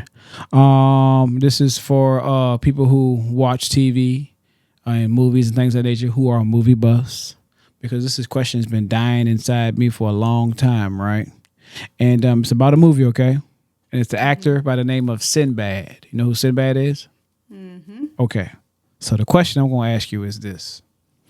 What movie, or what name of the movie what was the name of the movie? God damn, I couldn't get it out. Maybe the Mai Tai catching up with me. Well, what movie starred Sinbad and he played a genie in the 1990s? Can you name that movie? The only movie that I could think of with a genie that ain't fucking Aladdin is not Shazam, Kazam. Kazam. Okay, good job. So you said Kazam, right? Mm-hmm. Shazam's the music thing. So Shazam's the music thing? Uh-huh. I think. For me. All right. Now I want y'all right now, ladies and gentlemen, I did the research, right? And some wild shit I heard hurt my motherfucking heart, right, when I fucking saw it. But Nichole on the boards, to me, you are correct. Hold on, but time out. What? I don't remember Sinbad in that movie. You a goddamn lie. Because I remember it was 1990. He weren't the fucking genie. If he was a fucking genie. It was two little white boys. He wasn't. No, and fucking Shazam, no, whatever. No, Shazam. Fucking Zam. It was Kazam that came out with Shaquille O'Neal, and it was Kazam that came out with fucking Sinbad. Sinbad was a genie too. You know, these motherfuckers told me. No, don't Google it because I did it. These motherfuckers told me on the internet that this shit's called the Mandela effect, where the shit you think it happened, but it really fucking didn't happen. But I know it happened because I saw the goddamn movie, but now I can't find the fucking movie to save my ass. The movie was called Shazam. Ladies and gentlemen, if y'all know what the fuck I'm talking about, I need y'all motherfuckers to goddamn like, comment, subscribe, send something, send a DM, send me a comment telling me that y'all done seen this movie called Shazam starring Sinbad as a goddamn genie, because it's killing me. I'd have been searching all over. They're like, oh, it's the Mandela effect. That means you believe in something that never happened. Bull fucking shit, nigga. Bullshit. Shazam was the name of the fucking movie. You can look all you fucking want. I just need y'all out there in the interweb. That shit Leave crazy, a comment when right you now. Google it, it's a picture of Sinbad on the fucking tape Cover. or whatever, and it looks almost exactly like the Shaquille O'Neal Kazam. I'm trying to tell you, yo. Like literally, almost exactly. The only thing is they got different outfits on. Nigga, I'm so But glad it's I don't smoke the weed. kid sitting on the fucking if I smoke weed, niggas box be like, or nigga, whatever. you high. the I'm little like, I swirly ain't. fucking looking. Nigga, Smoke or Sinbad. whatever, I and remember it seeing the says- goddamn movie. That's what. Ooh, damn. I remember seeing the movie, yo. And to this day, Deontay Wilder. To this day, I remember that goddamn movie, yo. That was a race check. It wasn't a right or a wrong answer, but I know for sure that Shazam was a goddamn movie. I seen the Kazam movie as well, but Shazam starring Sinbad. Sinbad had a run. Is What? available to stream on Max. Shazam or and Kazam? on Max Shazam, and on the Max Amazon channel. I mean, you gotta click on it because we watching that bitch 2 fucking night. I would spend $30 to buy that junk. I wish I had it on tape. I wish I had it on fucking DVD. The movie fucking existed, y'all. Fuck y'all in that Mandela effect shit. Y'all be trying to lie to us. Niggas know the truth. Y'all sitting there lying to us. Fuck you. Just like that. With that being said, y'all, I'm gonna slide over to this area. Calling all business owners and entrepreneurs. I'm mad right now. We got a thing for y'all. It's called Business Spotlight. And what we're trying to do, we're trying to interview you, trying to put you on our show. Twin2ition presents Clear the Air because we're looking for an ad on the show because we are growing. We want to pull up to your place of business. We want to interview you. We want to talk to you. We want to be able to clear the air. Some questions need to be answered because somebody out there somewhere that's listening to this podcast that's either going through they go through that you've already been through, and we need y'all to give them some game, man. It's just like that, man. So business owners, send me a DM. Talk to me, I talk back. God damn it. Clear the motherfucking air. I'm very, very upset. Moving right along, Nichole and the boys do this thing. Up to Nerd Talk. Nichole and the boys. I'm hype again. That quick. I just read the topic list. Nichole and the boys. All these video games out here, right? You playing Call of Duty, and now I kind of really ain't into it right now. I don't know if it's because we be losing, and I be getting like 90 fucking kills, and we still lose, or whatever. But it's cool that we play together. But you be asking me 11 different questions, and we be in a party chat, and I can't hear niggas walking up on me. So I be like, can you shut up so I can listen to these niggas walk up on me so I can shoot them? But that's besides the point. But Nerd Talk. One of my most favorite games in the whole entire universe just had a fucking update that came out of nowhere. Update 2.2. Shout out to CD Projekt Red for updating us nerds, us chooms for Cyberpunk 2077. They then ended up adding a whole patch to the game, and it's called something like Customize or something like me or whatever the fuck it is. I don't know what it is, but you get a little bit more customization. Change the cars, add little attributes to your character and shit like that. They've been added some Easter eggs into the game, so you know I'm back in Night City. You know what I'm saying? I was going to play that song this morning when the alarm went off, but I didn't want to make you mad. And I was still tired too. But yeah, I'm back in Night City again, man. I'm very, very, very, very happy and elated to be back into Night City playing that shit on my Xbox Series X. Good morning, Night City. For those y'all know, who know, you know. But that's just my little nerd talk. Game Awards came by. PlayStation has a new IP. I don't want to speak on it because everybody came to the fucking Game Awards to see one game and one game only, which was motherfucking Grand Theft Auto 6, and ain't nobody hear shit. On to the next one. You got anything you want to add, Nichole, on the boards? Before I ask this one question and head to the motivation minute so we can wrap this thing up because we are clearing almost 2 hours. Unless you're going to let me do my race check. Here we go. I know she always try to. Where the boys at? Oh, brother, this guy stinks!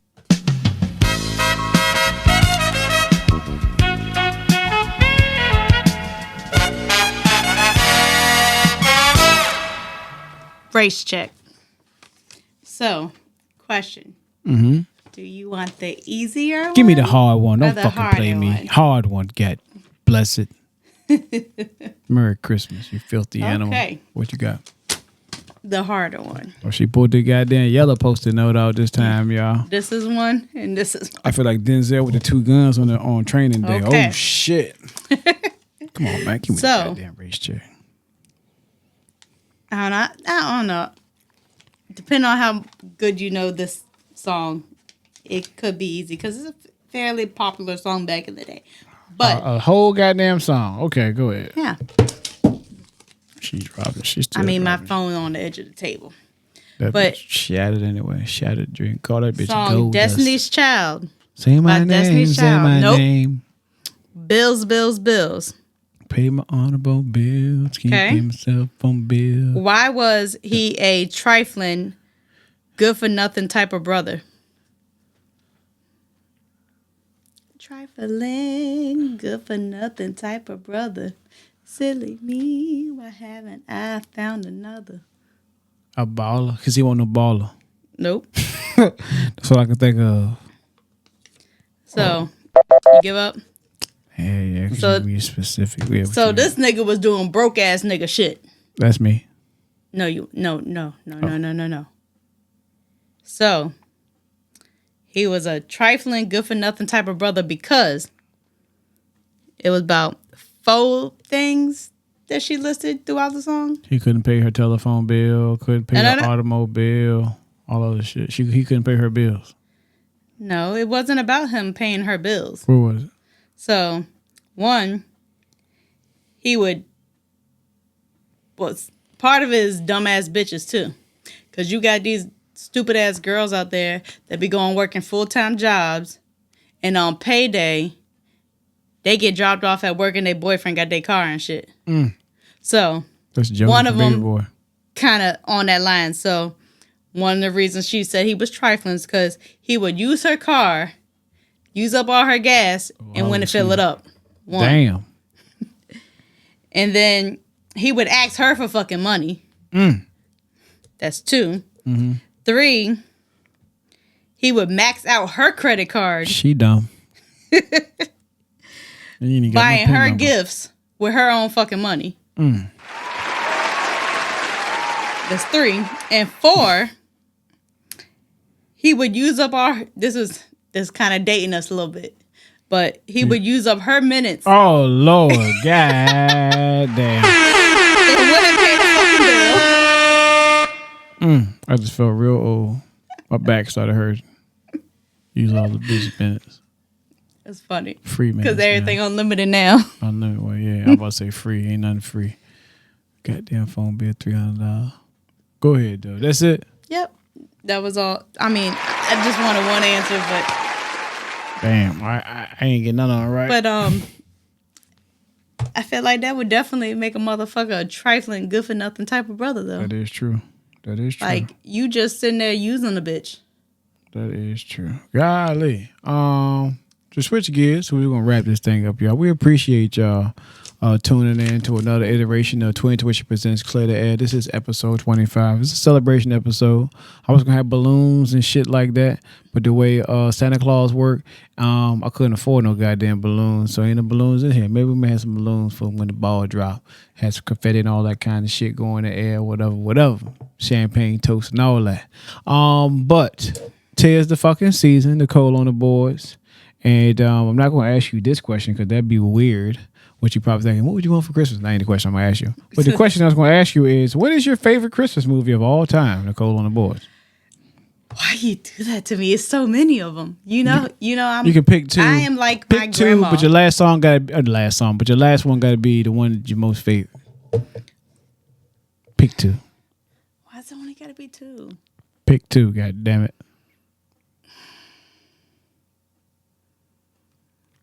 I got so many favorites though. Pick two. I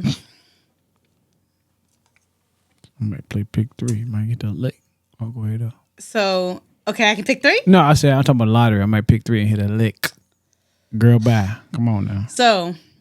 Still got to do all kinds of other shit after this podcast. I ain't trying to edit 3 hours of fucking podcast. So, this is, I feel like, a classic for our generation. But. Don't call me old. Go ahead. We are old. But, so.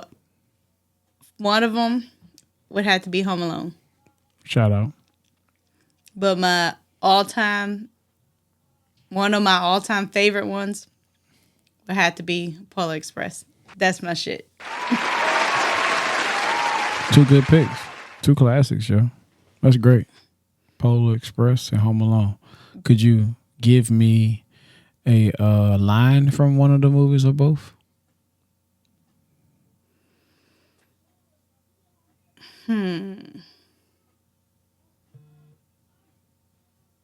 Like all that's coming in my head right now is the whole fucking song. Like the whole playlist, the whole fucking playlist of Polar Express is like coming to my brain. Children. That's my favorite part. That's my favorite song. That shit give me like, damn, I'm a little nigga. Let's see. I gotta get the camera off me while I think, because I feel like I look real fucking stupid trying to think. Snow is softly falling. Dreams are calling. Like bells in the distance. I'm trying to think. I can't. Shout out to Lil Cuz, yo. What's that? My fucking brain. When it seems the magic slipped away. We find it all again on Christmas Day. Stop singing the song. You ain't got no lines. Because you're singing the song that I like, so that song is just coming in my head. Right, so I can't fucking think anything other than the song. This ain't no accident. I ain't none of these niggas on that rapper shit. Shout out to G's, man. That's like smelling some goddamn coffee, goddamn, what the fuck? The coffee. It's like smelling some coffee. I just cleanse your palate with some G's, man. De Niro coming out, yo, December 27th. Countdown to De Niro is right the fuck now, man. Virginia Beach native, G's. I feel like I'm gonna fuck this up. What you got? But here goes nothing. I'm gonna give you to the count of 10 to get your lousy, no good. Keister off my property before I pump your guts full of lead. 1, 2, 10. Good job, Nichole on the board. Great job. I put her ass on the spot, y'all. Facts. Nichole on the board is an introvert, but she's been very extroverted tonight. All right, so mine. Can I name my two favorite Christmas movies? Of course you can. I already know one. You already know one of them, yeah. My favorite Christmas movie that I love to watch on Christmas Eve is the National Lampoon's Christmas Vacation starring Chevy Chase, man. That's my shit. I got a Clark Griswold jersey. I pulled that motherfucker out with the short pump. Nigga was like, oh, man, I like your hockey jersey. I'm like, nigga, this is a Clark Griswold, my nigga. Check the back out. This ain't no motherfucking accident, my nigga. It was like, had the Jordan 8s on, the Bug Bunnies on, you know, of course, the white, black, and reds and shit. Niggas was like, okay, that nigga, okay. Fit check is here. I be putting that shit together. I be putting that shit on. Sorry. But yeah, Clark Griswold, if I can give you a line from the movie, it would definitely be Merry Christmas, kiss his ass. No, you kiss his ass. Happy Hanukkah, Happy Kwanzaa. You kiss his motherfucking ass, Merry Christmas.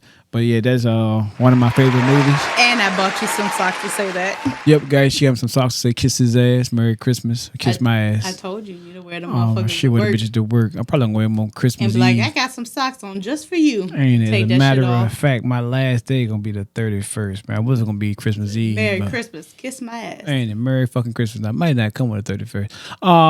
Yeah, so, yep, Clark Griswold, National Lampoon's Christmas Vacation. For those of y'all who have not seen it, shit funny as hell. And the older I get, Nichole on the boards, it hurt me a little bit more because when he got that fucking jelly of the month instead of his goddamn bonus, I was like, I know exactly how you feel, my nigga.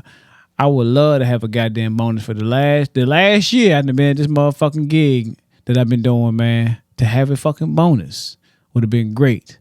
Niggas want to give y'all a funky ass Christmas party. Tell niggas they eating lamb and shit. Nigga, give me some bread, my nigga. Give me some money, my nigga. I didn't give you my time. Give me some money, my nigga. They selling that plasma. The ain't selling that shit, boy. Selling that shit like a pack. But with that being said, my second favorite Christmas movie, Nichole on the boards. Time out, not to intervene, but on some real shit. Here she go. She's segueing again. I'm trying to end this shit. On some real shit. They low key like drug dealers. Okay, we know that. That's all right. Yeah, them niggas are pushers. They drug is the fucking plasma. They collecting that shit.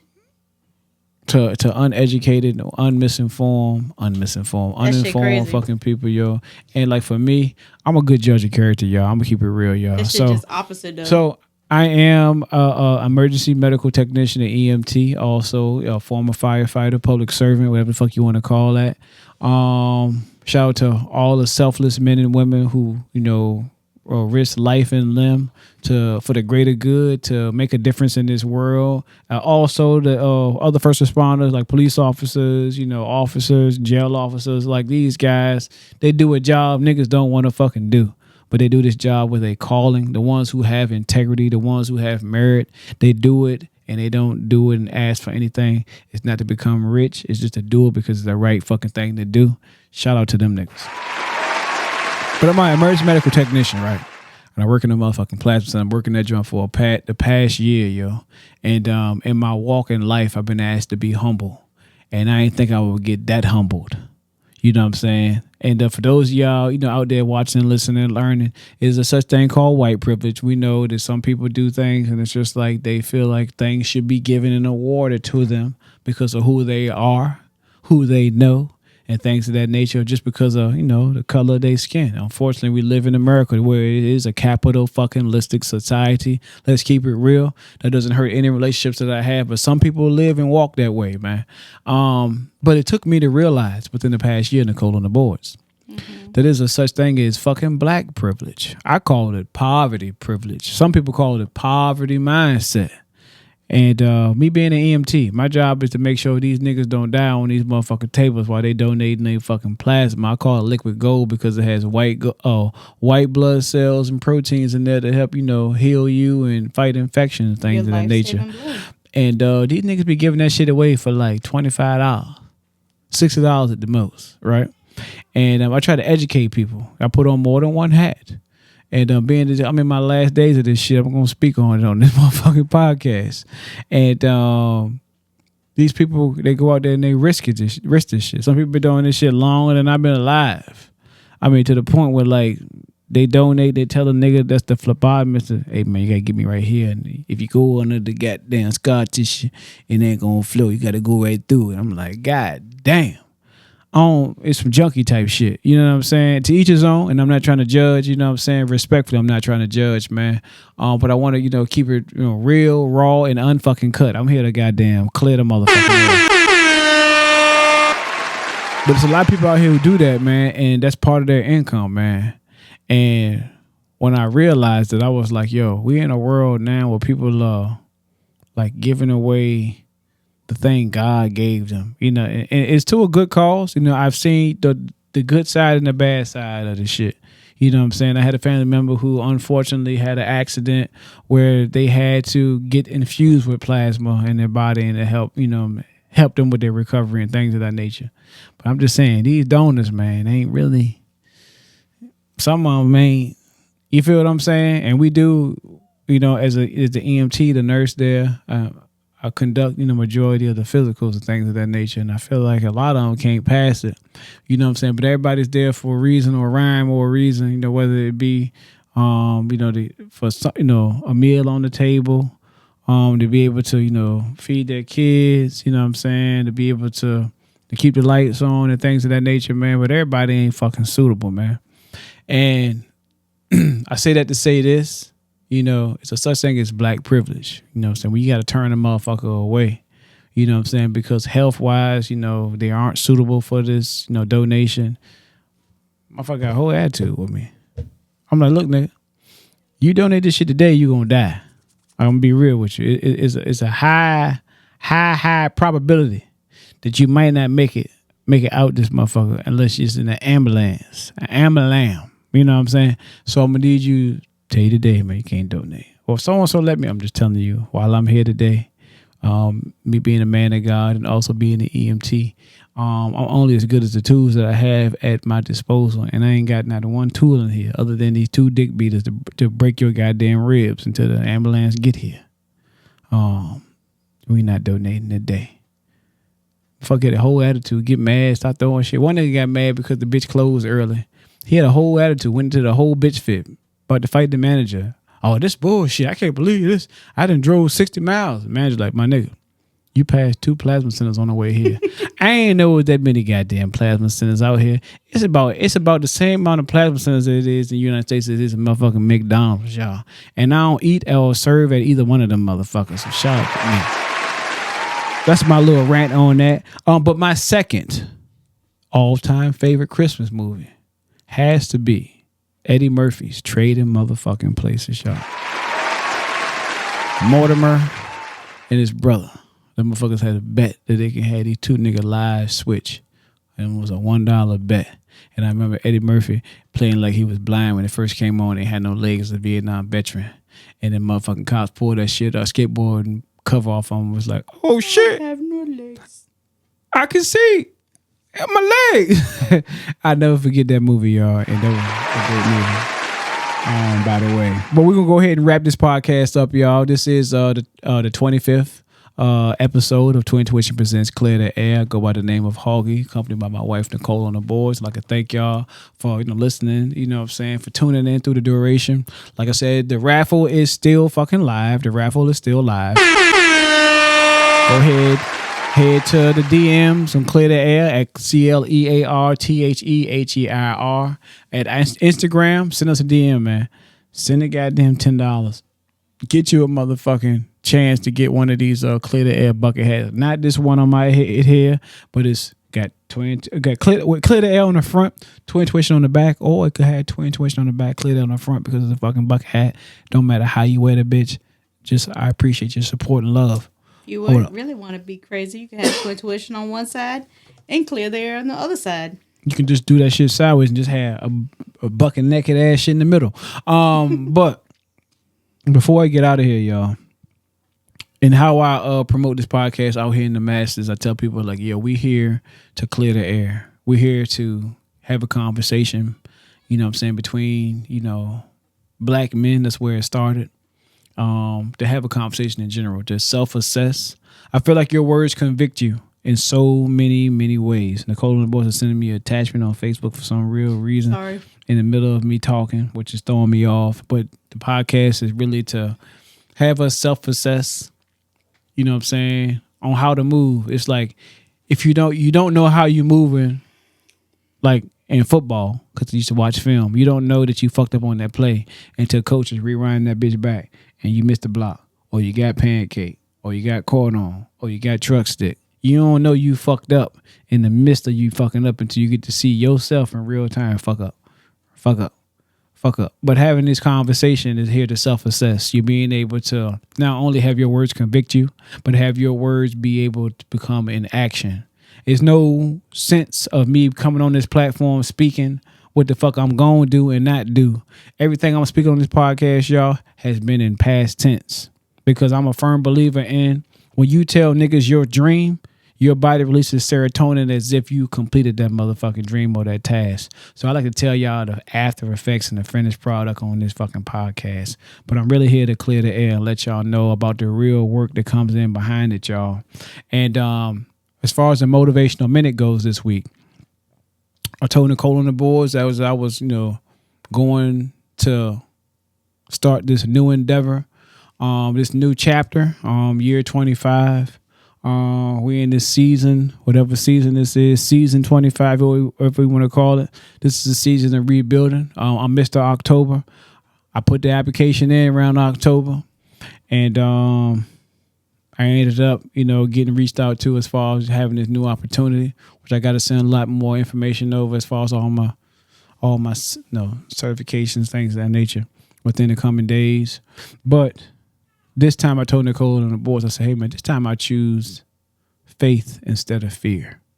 And I said, fear is what if, but faith is even if, right? And when I think of this, I had a conversation with a gentleman today, and he asked me at the job, when I was, doing this physical. He said, how long you been here, bro? And I said, I've been here a year too long, man, but I think I'm coming in my last couple of days here. And I say I'm on the bigger, better opportunities, but more than likely, I feel like the job, the tone that I set has been accomplished. And I wanted to say I made a greater impact, just my presence being here, my professionalism, my way to give a knowledge, and also my rapport. My bedside manner is what it is. The way I talk to y'all in this podcast is the way I move, I talk, I think in life. I told him in order for me to be free in this world, I had to become me. I had to no longer become what the world wanted me to be. I had to become me, Hoggie. My government name is Carrie, but I had to accept who I was, which my name is Hoggie. I hated the name. But I told Nichole and the boys, this time I choose faith. I'm going to be getting on the airplane in the coming days. Nigga ain't never flown nowhere. Don't know how the experience is going to be, but I'm going to be by myself. But I told Nichole and the boys, hey, man, this time I choose faith, man. Fear going to have me stuck here. Faith is going to have me there. And when I was talking to this guy, I gave him this story that I heard from a speaker. I can't remember who the speaker name was, but it was something to do with faith. And the story went like this. It was 3 men who were tracking up this mountain, right? And one guy, he'd been up the mountain before. And he had 2 other guys who have not, right? And once they get up to the peak of this mountain, the guy that been there before, he turned around to the other 2 guys that were kind of like maybe 10, 20 feet behind him, right? And he looked at him, and he's at all the different valleys of the mountain, right? He can see all the way to the other side, right? If you can picture the Grand Canyon, if you've been there before, just picture it.